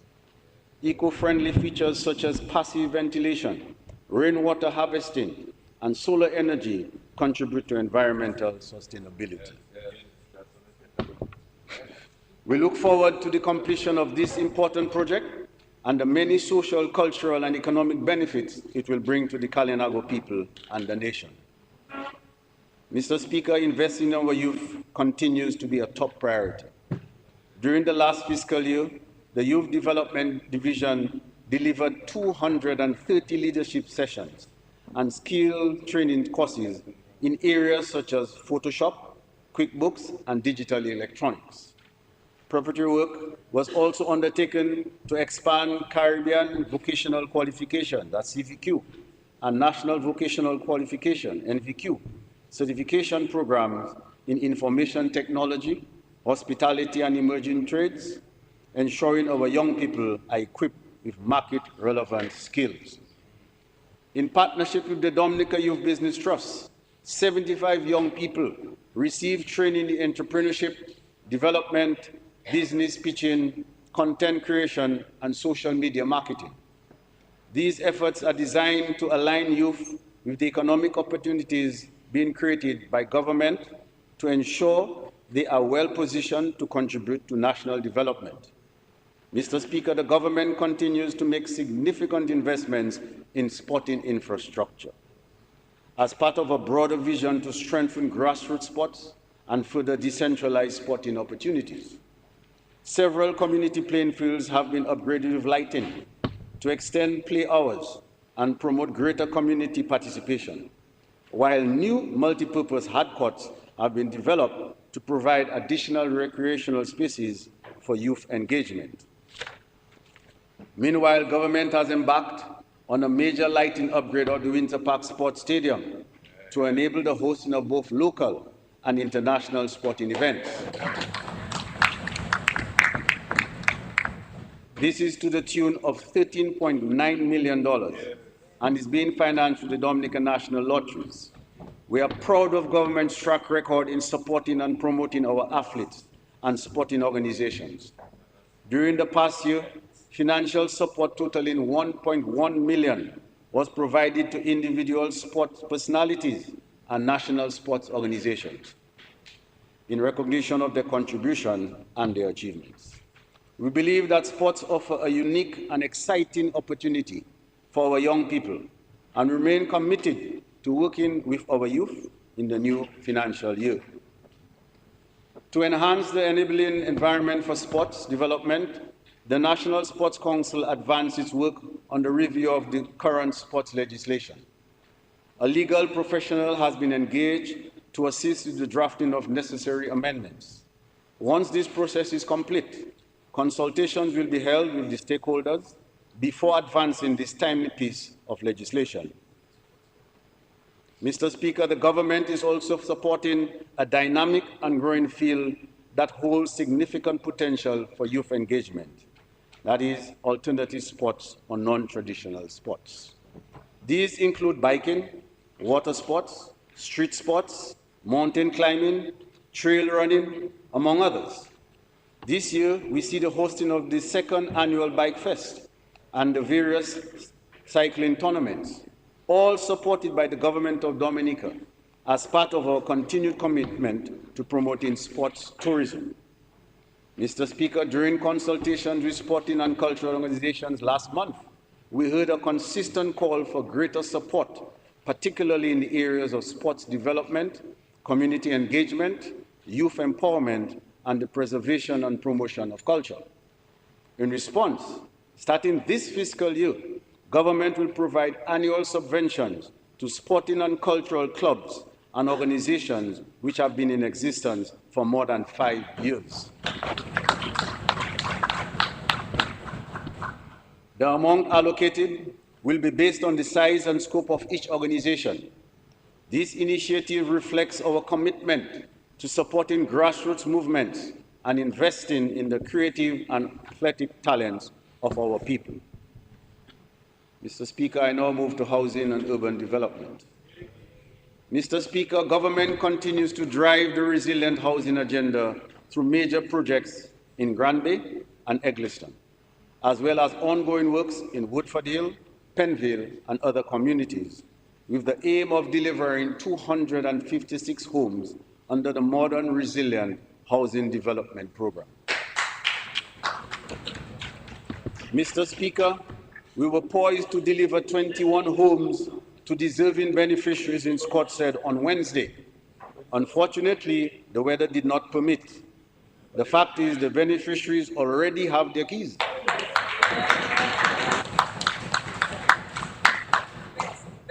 But we shall set a date immediately after the budget is passed to formalize the handover.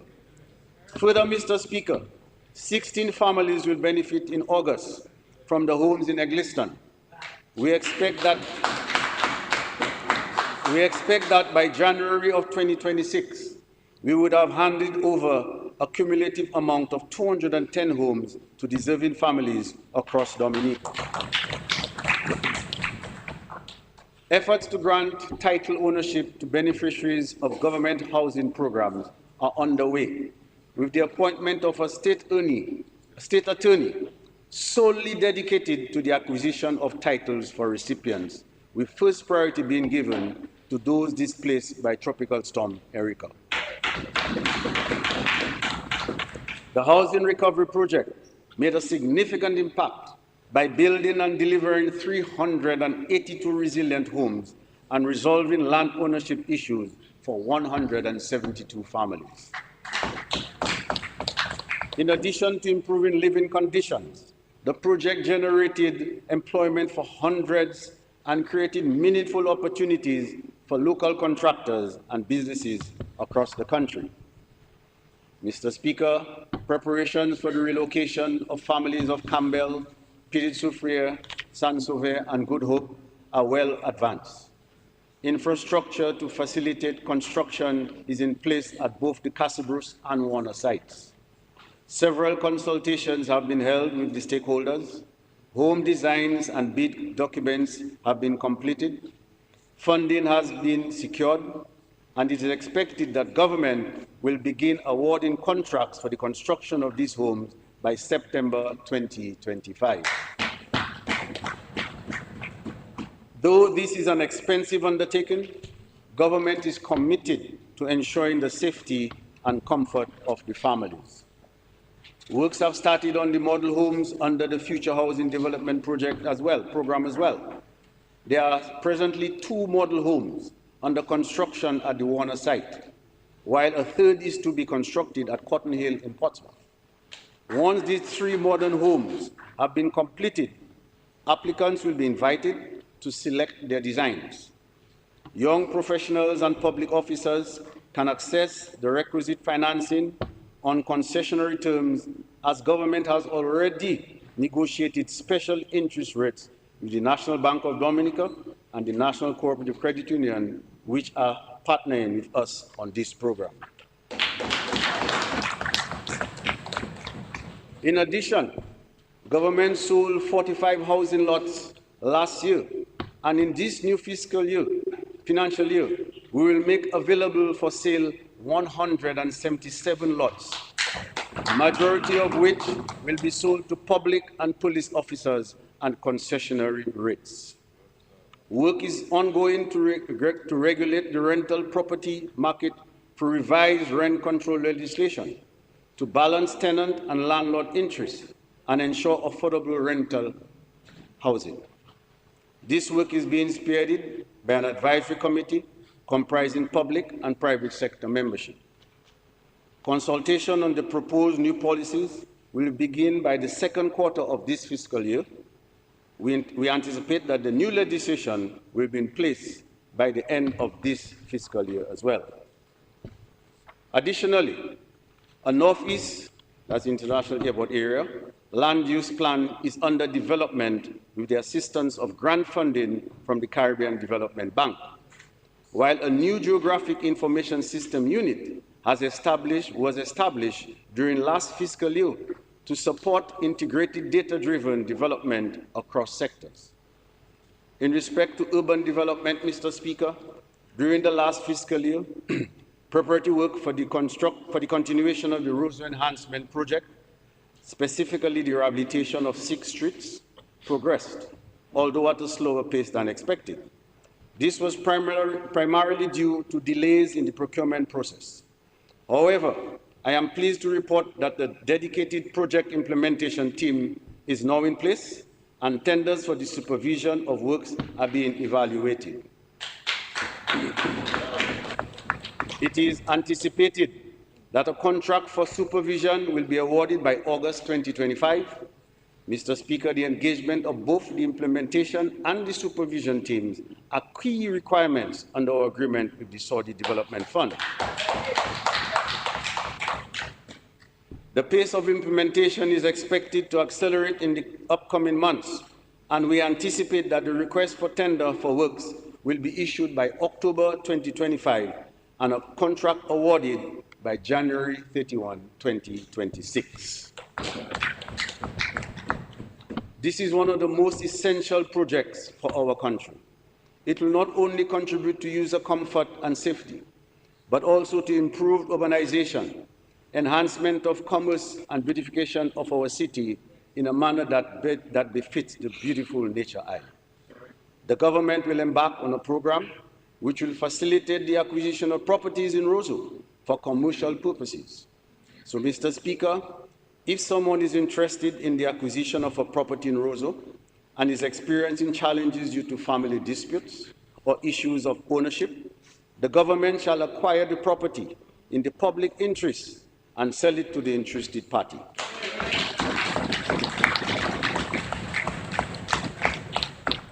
This will eliminate the hassle to the potential buyer and place the property in productive use for the overall enhancement of the city.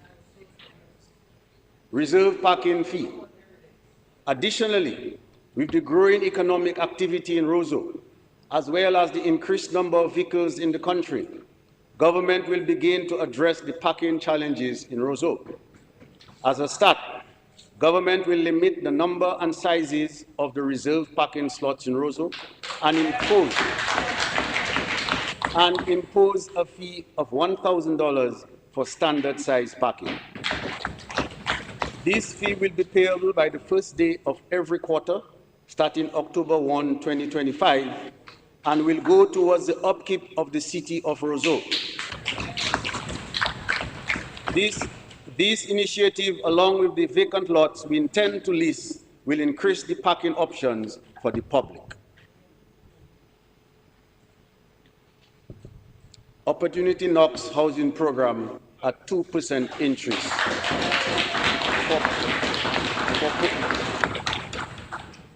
Opportunity Knocks housing program at 2% interest for police and public officers.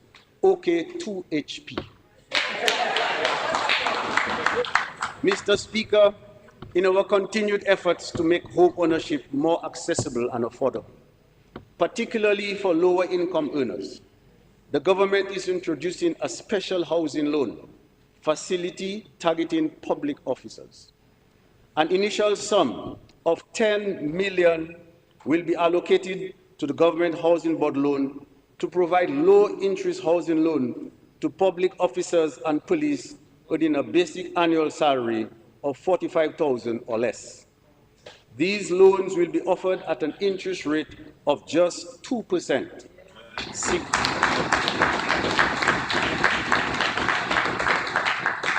Significantly easing the financial burden associated with home ownership. A grace period of 6 months will also be applied, giving beneficiaries time to advance construction before repayment begins. This initiative is dubbed Opportunity Knocks 2% housing program for public and police officers. Mr. Speaker, OK 2HP. Yes. This initiative reflects government commitment to supporting the welfare of public officers and ensuring that more citizens can access safe, secure, and dignified housing. By reducing the cost of financing, we're empowering our public servants, many of whom are young professionals, to invest in their future, build equity, and contribute to the continued growth and stability of their communities. Mr. Speaker, revenue mobilization. Mr. Speaker, I've just presented a summary of the budget for this fiscal year and will now speak to the financing of this budget. We propose to fund the budget through a combination of government's revenue, loans, and grants, together totaling $1,313.5 million. The estimates are as follows.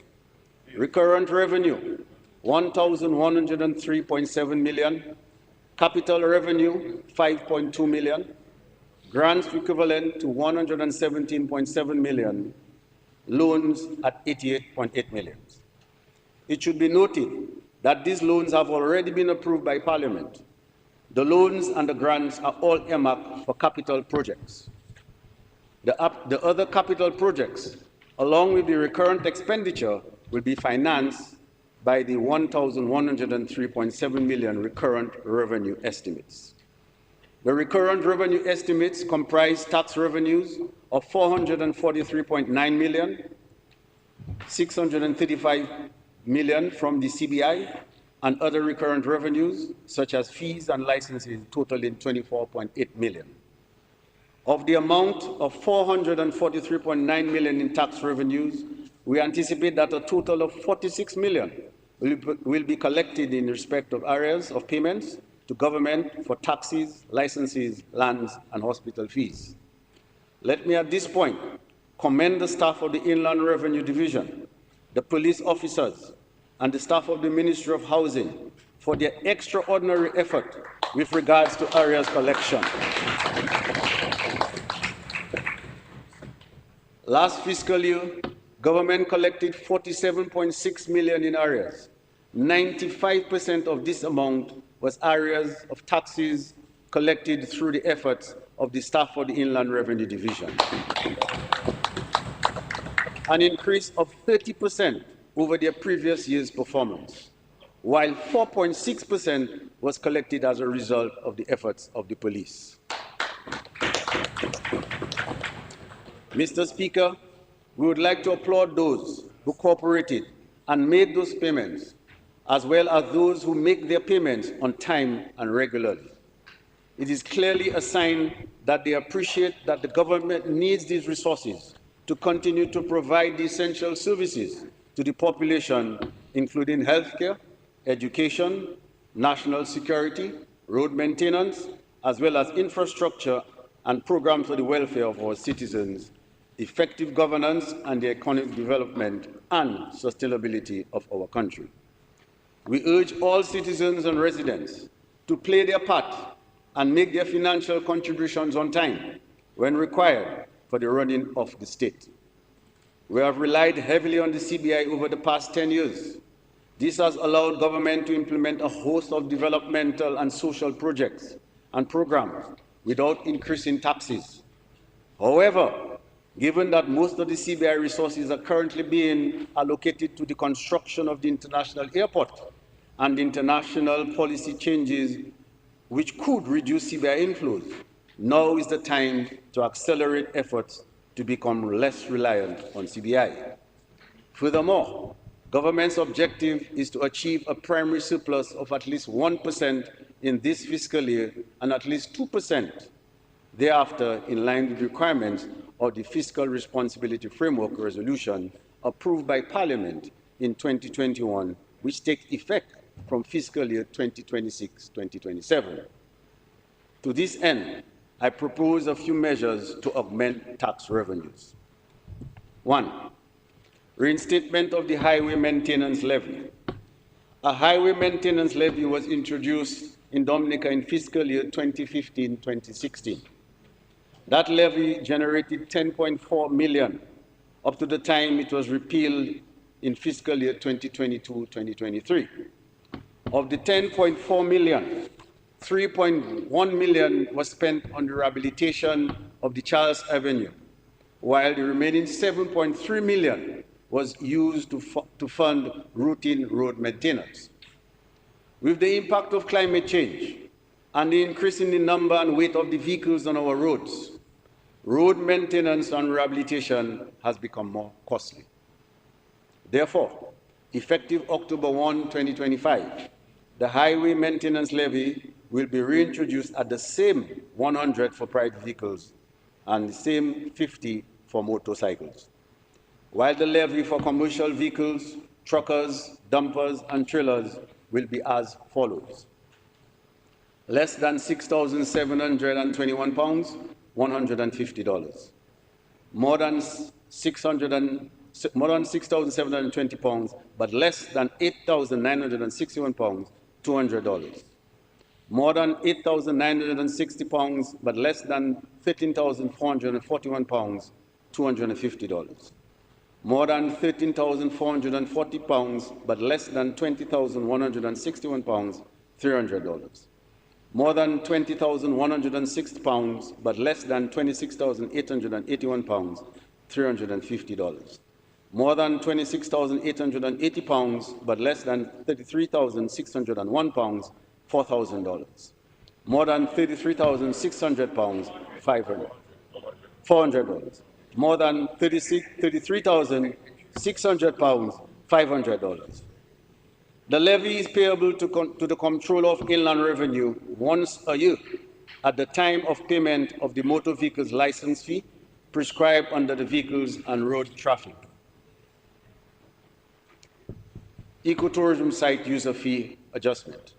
Mr. Speaker, given the rising costs associated with the maintenance and management of ecotourism site, fee adjustments are proposed as follows, effective October 1, 2025.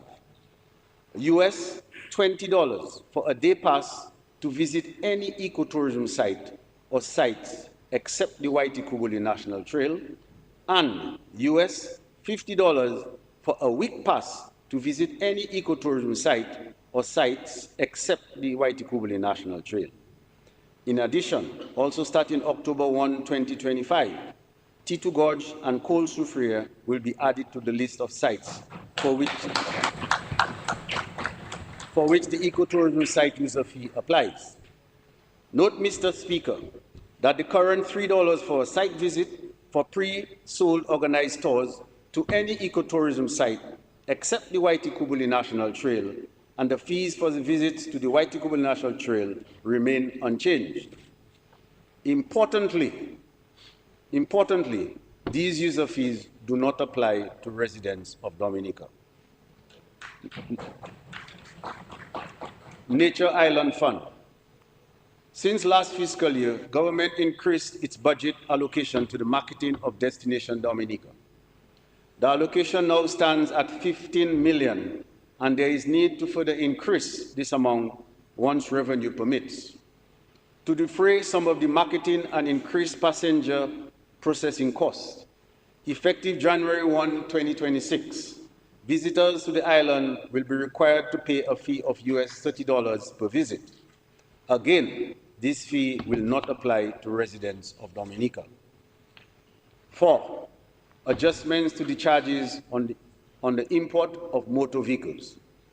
Mr. Speaker, the number of derelict vehicles on the roadside in Dominica is unfortunate, unsightly, and inconsistent with our branding as the Nature Island.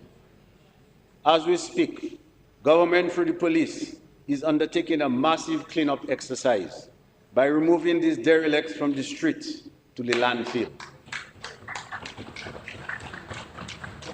This is proving to be a very costly exercise, and the state must find some means of recovering the cost from the owners. In the meantime, government is taking action to reduce the import of old vehicles and encourage domestic trading of used vehicles by adjusting the charges to be paid at the customs. Mr. Speaker, we have decided to review the environmental surcharge on imported vehicles as follows. Motor vehicles manufactured 5 years or less remains at 1% of the CIF value. Motor vehicles manufactured more than 5 years but up to 10 years remains at $3,000. Motor vehicles manufactured more than 10 years but up to 15 years, $4,000. Motor vehicles manufactured more than 15 years, $10,000. In addition, the excise tax rate on motor vehicles manufactured 10 years or less, which presently attract 28% excise tax, will be reduced to 25%. The changes to the environmental surcharge and the excise tax rates will take effect from October 1, 2025.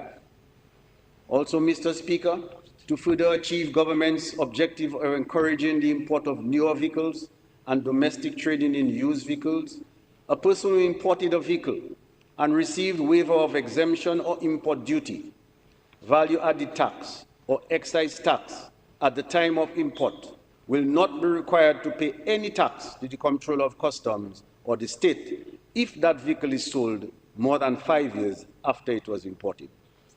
This policy applies to any vehicle which is sold after July 31st, 2025. Mr. Speaker, I will now to some other matters. Addressing the cost of living, Mr. Speaker. Mr. Speaker, we are fully aware of our citizens' concerns regarding the rising cost of living. And this government has taken firm, targeted action to provide relief where it matters most. One measure we have implemented is the removal of customs duty and value-added tax on a range of essential food items. This policy is designed to ease the financial burden on households by reducing the cost of basic goods that form part of the daily diet of our people. The list of items currently benefiting from these exemptions include food items with no import duty, chicken, backs and necks, chicken, wings, codfish, herring, salted mackerel, milk, butter, cheddar cheese, rice, oats, cream of wheat, cooking oil, sausage, canned sardines, canned mackerel, canned tuna, garlic, onions, split peas, red kidney beans, lentils, green tea, black tea, flour, pasta, couscous, margarine, cereals, cornflakes, raisin bran, etc., apple juice, infant formula. Food items with no VAT, that is presently milk, flour, rice, sugar, infant formula, locally produced agricultural products, locally produced bread. And also presently, items with no VAT and no import duty, milk, flour, rice, sugar, infant formula. To continue supporting families across the country, we will be expanding the list of exempted items in the upcoming financial year for a period of 6 months.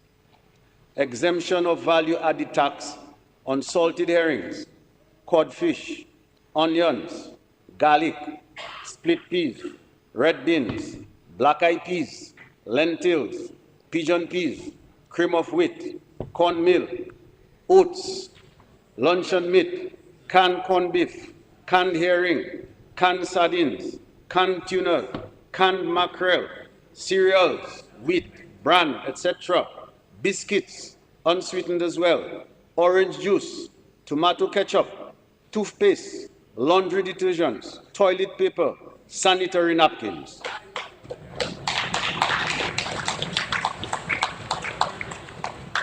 And Mr. Speaker, we'll also remove import duty on pigeon peas, luncheon meat, canned corned beef, cereals, biscuits, orange juice, tomato ketchup, toothpaste, laundry detergent, almond milk, soy milk. These additions will take effect October 1, 2025.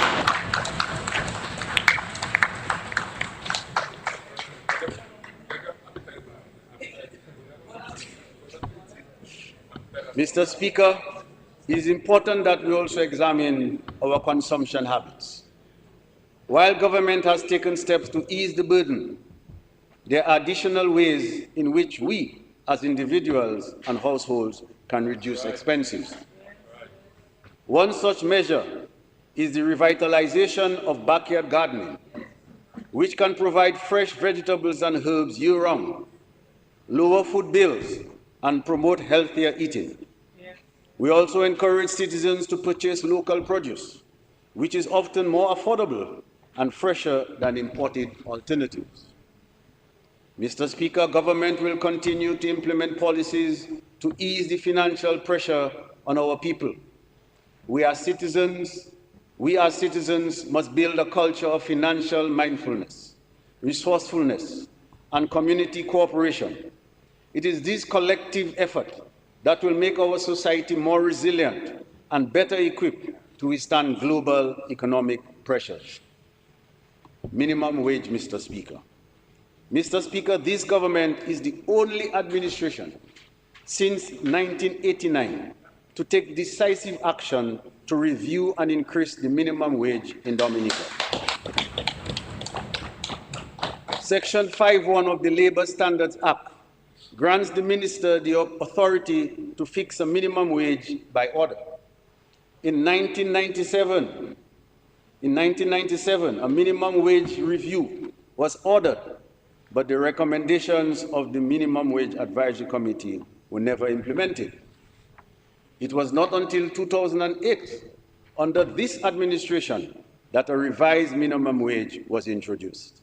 This marked the first real effort to uplift the earning power of low-wage workers.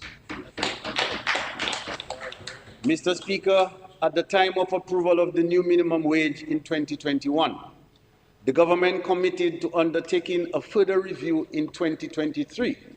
However, this review was delayed due to the challenges brought on by COVID-19 pandemic. Accordingly, and in keeping with Section 6(1) of the Labour Standards Act, the Minister for Labour will appoint the Minimum Wage Advisory Board to review existing wage rates and to make recommendations for new minimum wage levels. It is the government's intention that the new recommended rates will take effect October 1, 2025. It is our sincere hope that this review will lead to meaningful improvements in wages, which not only meet basic needs, but also support the aspirations of our people for a better, more secure, and dignified life. Strengthening investment climate, Mr. Speaker. Government continues to pursue strategic initiatives aimed at improving the investment climate in Dominica. Our efforts are focused on creating an enabling environment which attracts new investment, stimulates private sector growth, and creates economic opportunities for our people.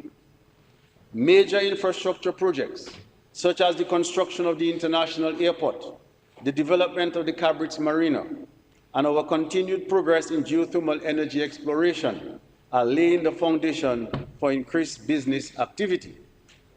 These developments will significantly enhance our connectivity, reduce energy costs, and expand the service sector, thereby positioning Dominica as a more attractive destination for foreign direct investment and local enterprise alike.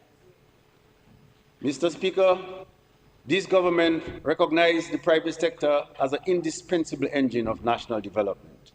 We have therefore resolved to provide targeted, meaningful support to both local and foreign investors through a fiscal incentives regime administered by the Invest Dominica Authority. As we speak, 41 companies are benefiting from a range of concession packages. These include exemptions on import duties for hotel supplies, operational equipment, vehicles, and raw materials. Qualifying businesses also enjoy a tax holiday on eligible expenditures and VAT waivers on capital imports until operations commence. Over the last 18 months, the government has granted concession packages to 21 businesses. Their proposed investments over the next 2 years total approximately $79.5 million and are expected to create 242 permanent jobs and generate additional short-term employment. The manufacturing sector is gaining serious momentum, with 2 of Dominica's largest manufacturers expanding and 2 new manufacturing enterprises set to launch this year, collectively injecting $35 million into the economy. Furthermore, the local private sector is earmarked to invest $8.5 million in the growing tourism sector, particularly in accommodation services. Mr. Speaker, this government is not waiting for investment to happen. We are aggressively pursuing opportunities and creating the conditions for new enterprise to thrive. Lubia water bottling plant. Mr. Speaker, as part of our ongoing efforts to diversify the economy and generate sustainable employment, government is making targeted investment in industries that add value to our abundant natural resources. One such promising initiative is the development of a modern water bottling industry, a sector in which Dominica holds the natural competitive advantage. I am therefore pleased to announce that the government will move forward with the acquisition of the former Dominica Brewery site in Lubia for the establishment of a modern water bottling facility. We are currently in advanced negotiations with a foreign investor who will partner with the government to bring this project to life. Once operational, the plant will bottle and brand our pristine water for export to high-demand markets, particularly in Europe and the United Kingdom. We anticipate the creation of more than 100 direct jobs in plant operations, bottling, distribution, quality control, and maintenance. This venture will generate indirect employment in areas such as trucking, packaging, marketing, and logistics. Mr. Speaker, this project speaks to our commitment to creating meaningful, long-term employment for our people right here at home. Incentives to attract foreign film and photo productions to Dominica. Mr. Speaker, Dominica's potential as a world-class film destination was spotlighted globally when scenes from the Pirates of the Caribbean franchise were filmed on our shores. That experience showcased our island's unmatched natural beauty to millions around the world and provided meaningful economic opportunities for a range of local service providers. The success of that production and its lasting impact on our people demonstrates the power of film to drive visibility, create jobs, and stimulate multiple sectors of the economy. In light of these proven benefits, the government is taking steps to establish a viable and sustainable film industry in Dominica to attract international film and photo productions, expand employment, and project our nature island to global audiences. Dominica's breathtaking natural beauty, diverse landscapes, and rich cultural heritage make it a compelling backdrop for filmmakers. By capitalizing on these unique assets and removing barriers, we can position Dominica as a competitive and desirable location for global productions. To this end, in February of this year, we appointed a film commissioner tasked with leveraging this expertise and industry connections to position Dominica as a premier destination for international film production. To support this initiative, government will implement a series of targeted incentives to attract film producers and reduce production barriers. These include tax-free imports to all film-related goods, lowering the cost of equipment, props, and materials. Work permit waivers for crew and talent to eliminate bureaucratic delays and facilitate efficient entry for production teams. No location fees for the use of government-owned and historical sites, making our iconic landscapes more accessible while showcasing our natural and cultural heritage. And lastly, government-supported security and policing to ensure the safety of cast, crew, and equipment, and to reinforce Dominica's reputation as a secure and reliable filming destination. Mr. Speaker, by establishing Dominica as a film-friendly location, we are opening new economic opportunities for our people and securing global visibility for our island. We move to physical planning approvals. Mr. Speaker, the Physical Planning Division is responsible for land use and construction approval and plays a guiding role, sustainable development, ensuring that projects are implemented in a manner that is orderly, safe, and aligned with our broader national objectives. However, as demand for new construction rises, the need for greater efficiency and responsiveness within the division has become increasingly urgent. Over the years, we have heard repeated concerns about the lengthy processing times for building permits. This has been a persistent challenge and is one that this government resolved to address. In this fiscal year, we will take steps to improve the division's operations and service delivery. A dedicated team will be appointed to undertake a comprehensive review of existing procedures with a clear mandate to recommend measures that streamline processes, reduce delays, and improve the overall client experience. We will also amend the relevant legislation to provide for the appointment of an executive chairman. This new position will be tasked with implementing reforms to modernize the division's operations, enhance responsiveness, and provide greater accountability. Importantly, the executive chairman will also guide the division in adopting a more strategic and future-focused approach to handle the complex and high-value development projects expected from 2027 onwards. We now move to job opportunities, Mr. Speaker.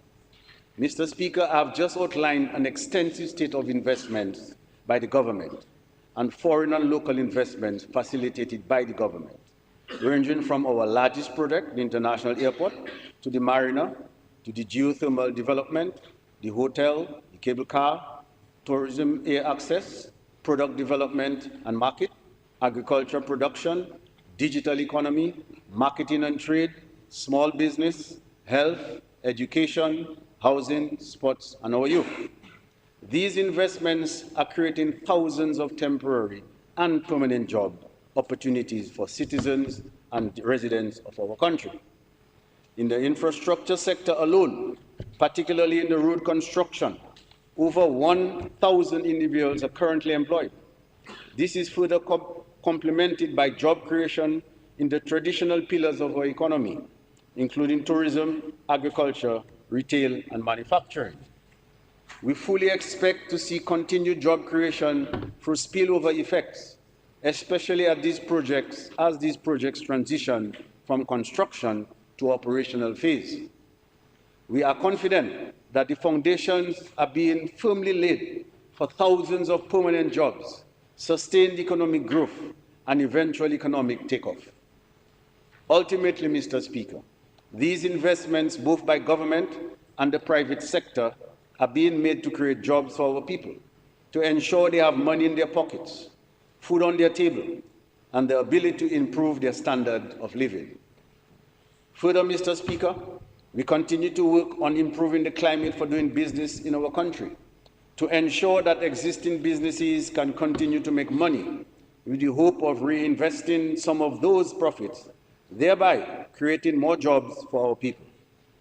We will continue to work with the private sector to identify any impediments to investment in Dominica and work towards addressing them. Mr. Speaker, law and order. Mr. Speaker, law and order is a foundation of a free and democratic society, and the judiciary is a fundamental pillar of our governance system. In this fiscal year, government will enhance the efficiency and effectiveness of the legal system and the rule of law. In this regard, we shall collaborate with regional and international partners, including the Partnership of the Caribbean and the European Union on Justice, that's the PACE Justice, Regional Program and the European Latin American Program on Assistance Against Transnational Organized Crime, to ensure that cases are disposed of more effectively and expeditiously, and that justice is not only done, but is seen to be served. The reality is, Mr. Speaker, there are times too often when cases take too long to be concluded. We must put systems in place to continue to reduce the backlog of cases and the time cases take to be concluded. The government has therefore mandated the Attorney General to review and advise on what Parliament can do to remedy the situation. Additionally, a decision has been taken to bring the magistracy under the jurisdiction of the Eastern Caribbean Supreme Court. This transition will strengthen oversight improve case management, and bolster the administration of justice and for greater synergy, which we hope will benefit the citizens of Dominica. Mr. Speaker, we also anticipate the commencement of night court sessions during this fiscal year. This initiative was previously considered, but for various reasons did not progress. However, we are now confident that it can be successfully implemented and will create a more accessible and cost-effective system, particularly for members of the working population who are unable to attend court proceedings during regular working hours. Together, these reforms will contribute to a more responsive, transparent, and people-centered justice system in Dominica. Mr. Speaker, in conclusion, this government is investing in the future of our country and laying the foundation for sustainable growth and shared prosperity. Every initiative undertaken, every dollar spent, every policy crafted is aimed at improving the lives of our people and building a society where opportunity is within reach for all. We are building an economy that is expanding through strategic investments in public infrastructure, agriculture, education, tourism, and innovation. We are laying new roads to improve access and mobility across the country, constructing resilient homes to provide dignity and security to families, and supporting the development of new hotels and tourism facilities to generate jobs and stimulate enterprise in our communities. We continue to welcome new investments, such as the American Canadian School of Medicine, which has grown in its student enrollment and presence in Portsmouth. This institution is enhancing our profile in medical education and stimulating economic activity in the North through housing, transportation, retail, and services. Mr. Speaker, our agriculture sector is also undergoing expansion.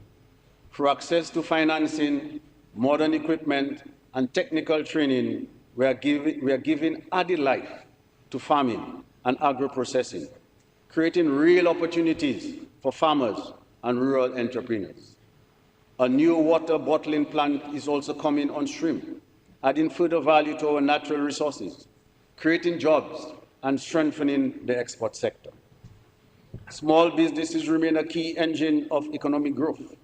This government continues to provide financial support, training, and technical assistance to help micro and small enterprises grow, innovate, and become more competitive. Our education reform agenda, Mr. Speaker, will involve revamping of the curriculum to better meet the needs of a dynamic world, ensuring that every child, regardless of where they live or their background, receives a quality education that equips them for the real world. We are modernizing school infrastructure, reducing subject overload at the primary level, introducing technical and vocational skills such as agriculture, visual and performing arts, and working to create a more inclusive student-centered system, because we believe that the true wealth of a nation is the knowledge, values, and competencies of its people. We're investing even more in the police to ensure that our country remains safe to live and to visit. Mr. Speaker, we know that the road has not been easy. We have been responsive to the needs of our people, but at the same time, we have demonstrated great responsibility and prudence in the management of our country's economy. We inherited a fragile economy in the early 2000s, and since then, we have had to confront global economic crises, the COVID-19 pandemic, multiple natural disasters, including the devastation from Hurricane Maria, and yet, through it all, we have remained focused, stabilizing the economy, restoring livelihoods, and investing in our people. There are still challenges, but we cannot ignore how far we have come. Today, Dominica is fast becoming one of the most desirable places to live in the Caribbean. We are attracting individuals and families from across the globe who choose Dominica for its natural beauty, for its peace, safety, and the quality of life we offer. That alone speaks volumes about the success of our policies and the growing confidence in our country. We are also witnessing an increase in the number of young Dominicans who live in the diaspora, building their homes and investing in Dominica. So, Mr. Speaker, this is not a time to sit back and be complacent. This is not a time for reckless prescriptions. This is a time for responsible action. This is a time for unity and focus. Government has done its part and will continue to lead with purpose. Now it is left to each of us as citizens and residents to play our part. Let us be civic-minded. Let us be law-abiding. Let us be constructive and engaged. Let us be ready and willing to seize the many opportunities now emerging before us. The Dominica we are building is not for a few. It is for all. And so, I say to every farmer, teacher, nurse, builder, entrepreneur, entertainer, student, youth, the moment is now. Let us meet it with confidence. Let us embrace it with determination. And let us continue to move forward as one people, one nation, one Dominica. We thank our many development partners, some of whom are seated in the Parliament today,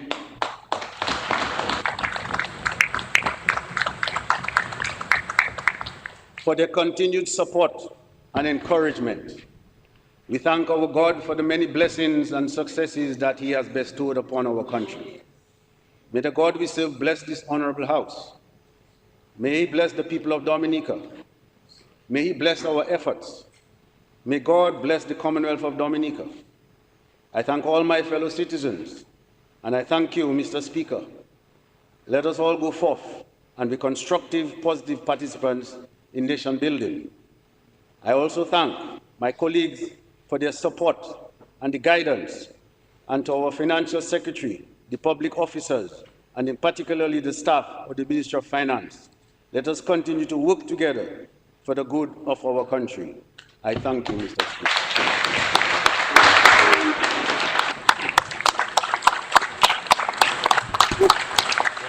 Thank you.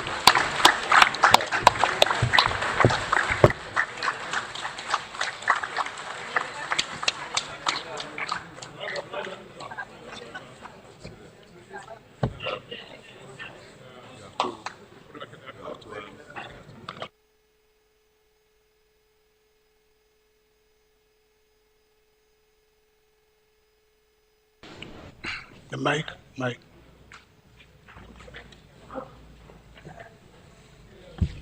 Be it resolved that this Honorable House approves the estimates of expenditure for the financial year ending 30th June 2026, amounting to $1,213,494,398, the details of which are contained in the draft estimates of the Commonwealth of Dominica for the year ending 30th of June 2026.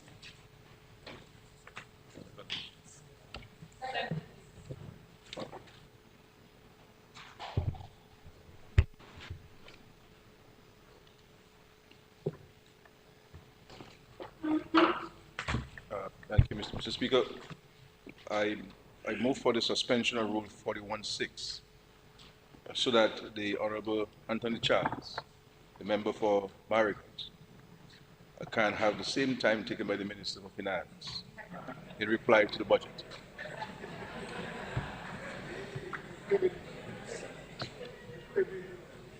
You want all the time or you want less time? and that the Prime Minister will be given 1 hour and 30 minutes. Ministers will be permitted to speak for 1 hour, and the other members 30 minutes as provided for in the rules.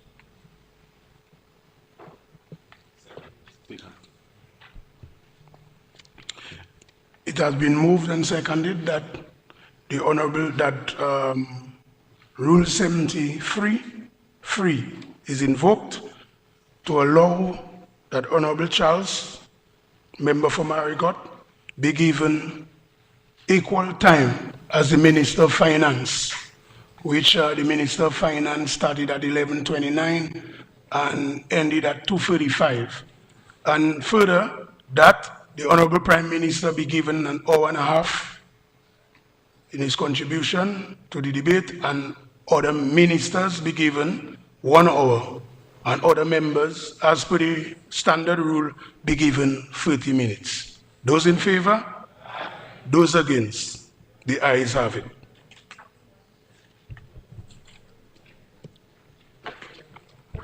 Mr. Speaker, I believe that the vast majority of citizens and residents, in response to the Minister of Finance address, would say, "What a wow."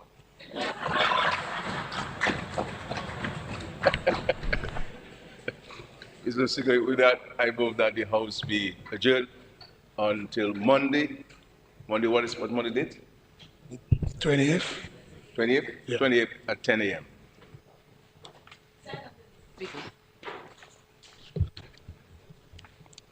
It has been moved and seconded that this Honorable House be adjourned to 10 a.m. Monday, 20th July 2025.